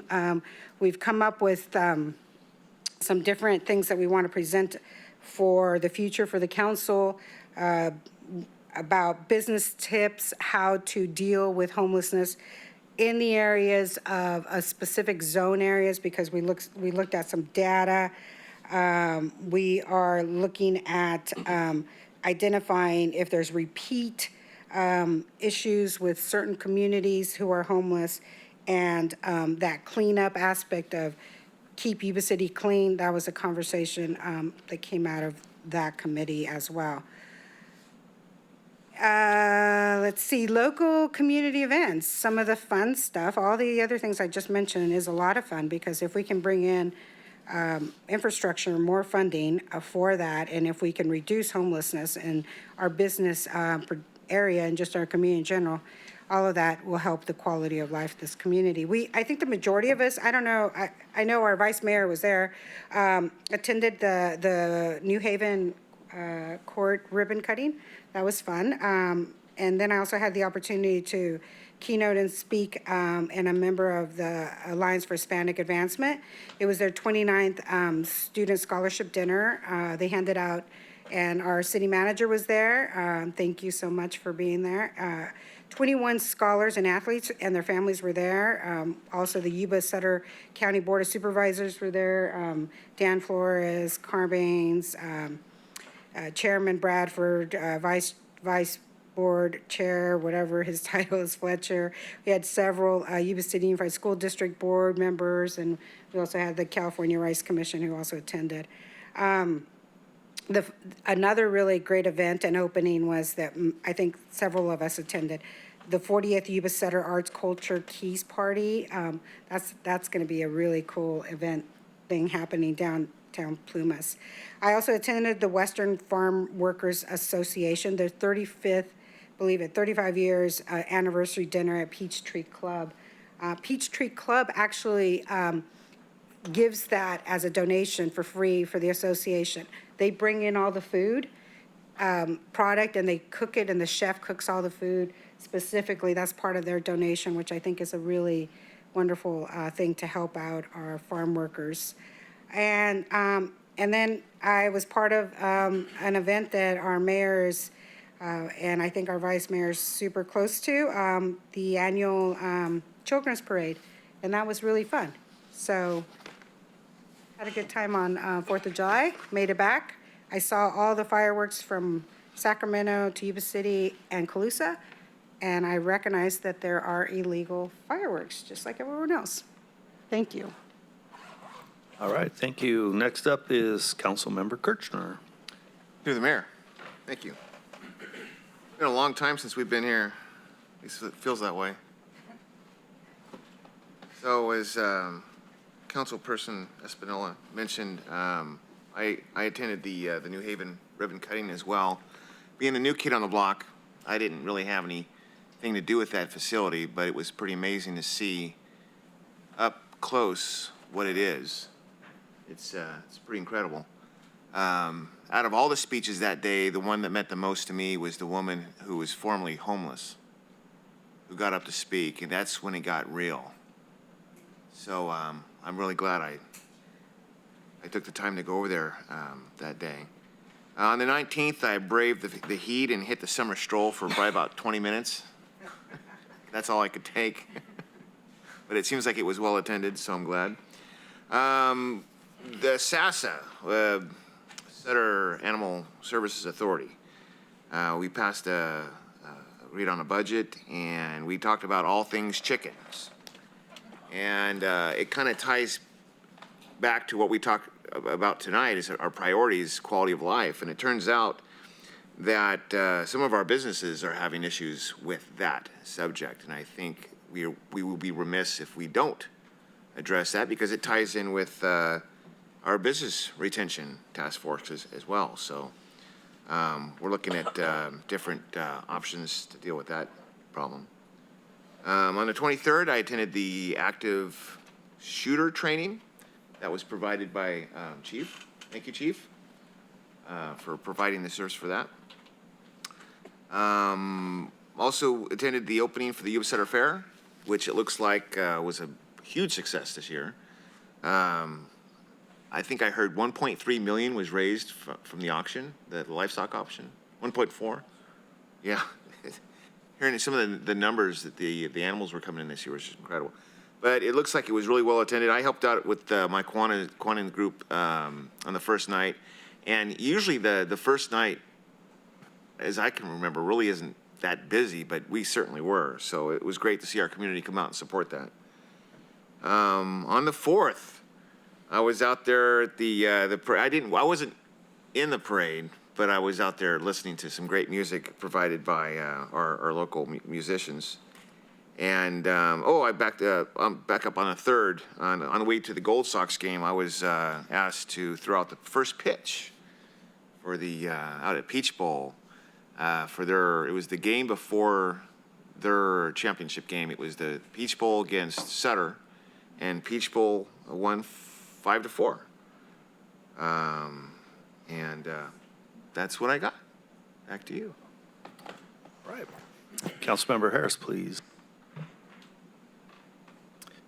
All right, as far as council goes, been pretty quick. I've been out of town for most of the last 2 weeks, so I do want to thank the mayor for attending SACOG in my absence. Much appreciated, and definitely very worthwhile. I also attended Ubisoter Fair opening, a Ubisoter Arts and Culture passing of the keys, where we assumed ownership, if you will, of the former Sutter Theater. So we're expecting a lot of very good things coming out of that venue, a lot of potential. Again, we're circling back to quality of life. It's going to be very unique and a fun opportunity to showcase our community. I, too, attended active shooter training. I happened to be online along with our city attorney, which was much appreciated. Otherwise, I would not have been able to attend that. And that, due to my absence, has been pretty much it. With the exception of one thing today, is very apropos for being recognizing at the beginning of this meeting sexual assault awareness. In Casa de Esperanza, one service that I learned today in a meeting with Detective Rounds at the PD was that Casa also provides shelter for victims of human trafficking, not just domestic violence. I've learned quite a bit recently and quite a bit more today from Detective Rounds regarding the prevalence of that tragedy in our community here locally, and how it can be so present and right under your nose and we don't even know it. And so I've committed to not stick my nose in their business, but to be a part of the effort to get education and awareness out to our community, kind of treat it like like we did initially after 9/11. If you see something, say something, but people don't know what to say if they don't know what they're seeing. So I think that's important that we raise awareness and give specific examples as the victims that are out there, primarily female, but not necessarily even a sexual assault. It could be what amounts to human slavery, working in domestic servants, if you will. So anyway, the list goes on and on. Bottom line is we have fellow human beings victimizing other fellow human beings for their own personal gain, and that's unacceptable. So more to follow on that, at least I hope so, to get the word out and let's maybe stop it, not just help the people that are in it, but stop it from happening altogether. So thank you very much. And Chief, publicly thank you to Mr. Detective Rounds for that meeting today. Much appreciated. Thank you. Vice Mayor. Thank you, Mr. Mayor.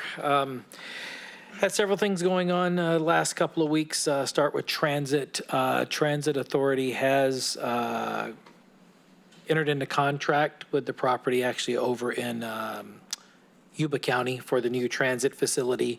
That was came together quick enough that they were actually able to apply for some grant funding because our transit authority is needing $40 million to build a new state-of-the-art facility. And so I'm hoping that we have final closure on that property any day. And we've, partnered with them, and part of what we did with Regional Housing Authority on the new project they brought together with us all factors into some grants that they're able to apply for too. It makes it even more attractive. So that's what's happening with transit. SASA, as reported earlier, passed our budget. Right now, just so people don't have any misunderstanding with how we're addressing the chicken issue, there's a lot of education that has to go on first. Probably the most important thing that we've asked Mr. McIntyre to do is help us educate people to understand it is a rumor and a myth that the chickens are protected in Yuba City. They're feral chickens, and they're not protected, even though I saw them on a campaign poster earlier this year. Anyway, it worked. Yeah, it's we have to do something. It's going to be a process, but I don't want someone going out here tonight thinking suddenly chickens are going to be solved tomorrow. We have to start with education, and then at the same time, we have to figure this out as a community, a safe and humane way to relocate these animals or something of that nature. So so that's what SAS is doing. Thank you, Mr. Mayor, for the honor to speak in your place at the New Haven dedication. Very well. Had the one lady speak, as noted. Quite the facility. To RHA, Mr. Becerra, good job on that. Took some pictures. It's amazing what they did with about 600 square feet to take these people from having no home to actually being in there. And all the partners that came together. It just wasn't us, Sutter County, Yuba County, Marysville, everybody pitched in, so good job there, and thank you for the honor to speak in your place. The Business Retention Task Force has been moving forward. We did refine a questionnaire that is going out to our businesses. The first 50 businesses have received it, and I believe, Mr. City Manager, that we have another 50 going out within the next week or so. We're just going to keep keep taking it a batch at a time to get a lot of useful information, because the information we're after isn't, the demographics of your business, because we can get those from various other things, but it's back to those driving questions.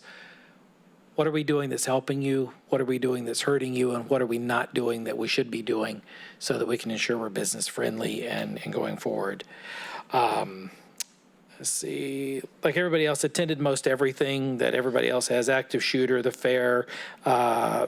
Thank you, Mr. Mayor, for your business as well, sponsoring the fair as well, because they did have a record year.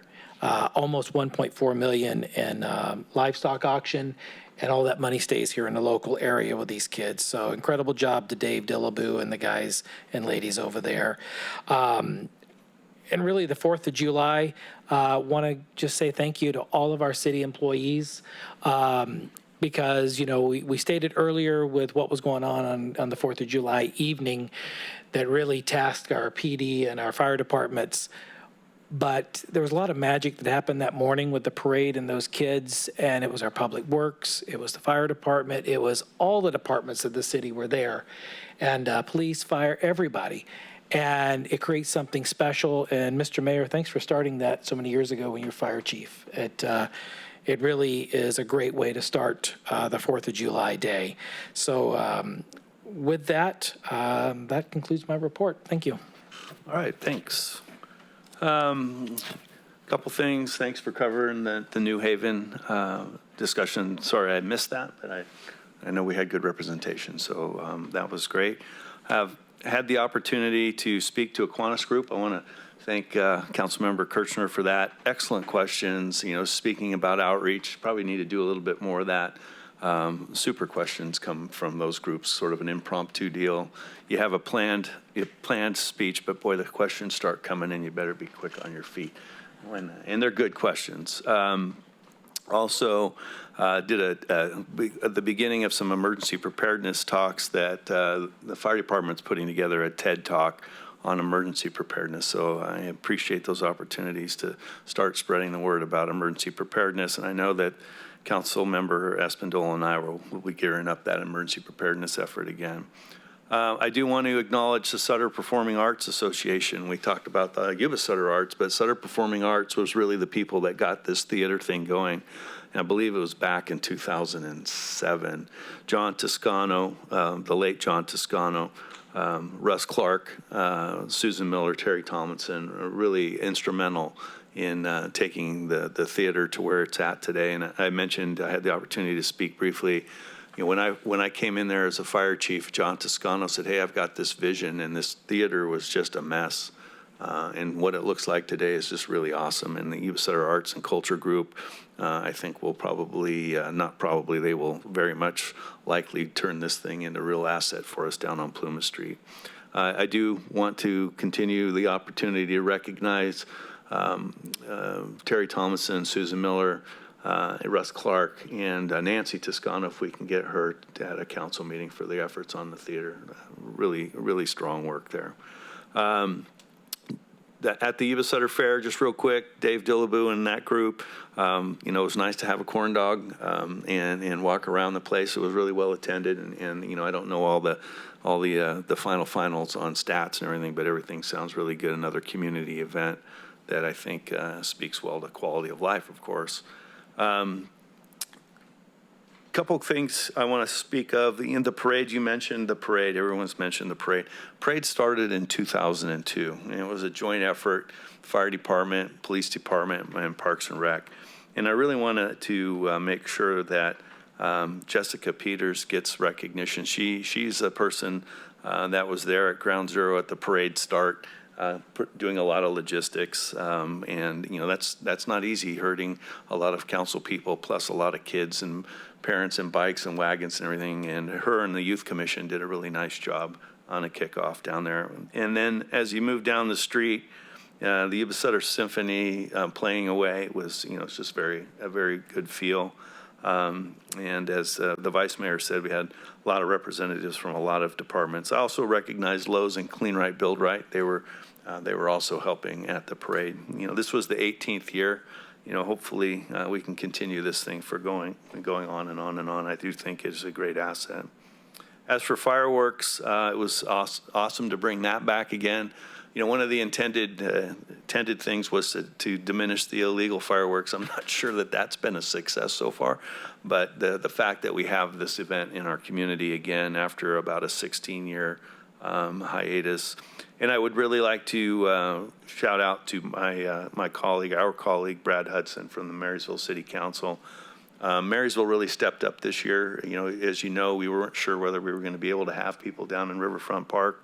And Nicole Moe from the city of Marysville also stepped up. And we had sponsors of Yuba City, Sutter County, Yuba County, Marysville, Hilbers, Yuba Water Agency, Recology, Cal Water, all stepped in this year to help put that show on. I will give you a hint that because of the original plan for this was to turn this into a real community event down in Riverfront Park, where you could have more of a festival type of an atmosphere where the amphitheater's used and, food trucks and all that. That year one, we got up and going. We had about 2 months to get it going, if I remember correctly. And then, of course, last year was COVID. And then this year, weren't sure whether we were going to have it again. But we've already started the discussions for next year. And I think we'll bring it bigger. And hopefully not only will it be a better show, but it will also perhaps have the intended consequence of maybe helping with the illegal fireworks. Finally, to police and fire on the July 4th, I know how difficult that is, and the men and women of the law enforcement and the folks at the Yuba City Fire Department, they get a bum rap. You heard it here tonight that they didn't do enough, but I know darn well that they are out there doing the very best that they can. And we will continue to try to figure out how to deal with illegal fireworks. Finally, this evening, I'd like to close in memory of Teresa Hellberg. Those of you who know former Mayor Eric Hellberg, this was his wife. Teresa was a fixture in the community, very community-oriented. And her passing, I'd like to, like I said, close this meeting tonight in memory of her. And with that, we'll be complete.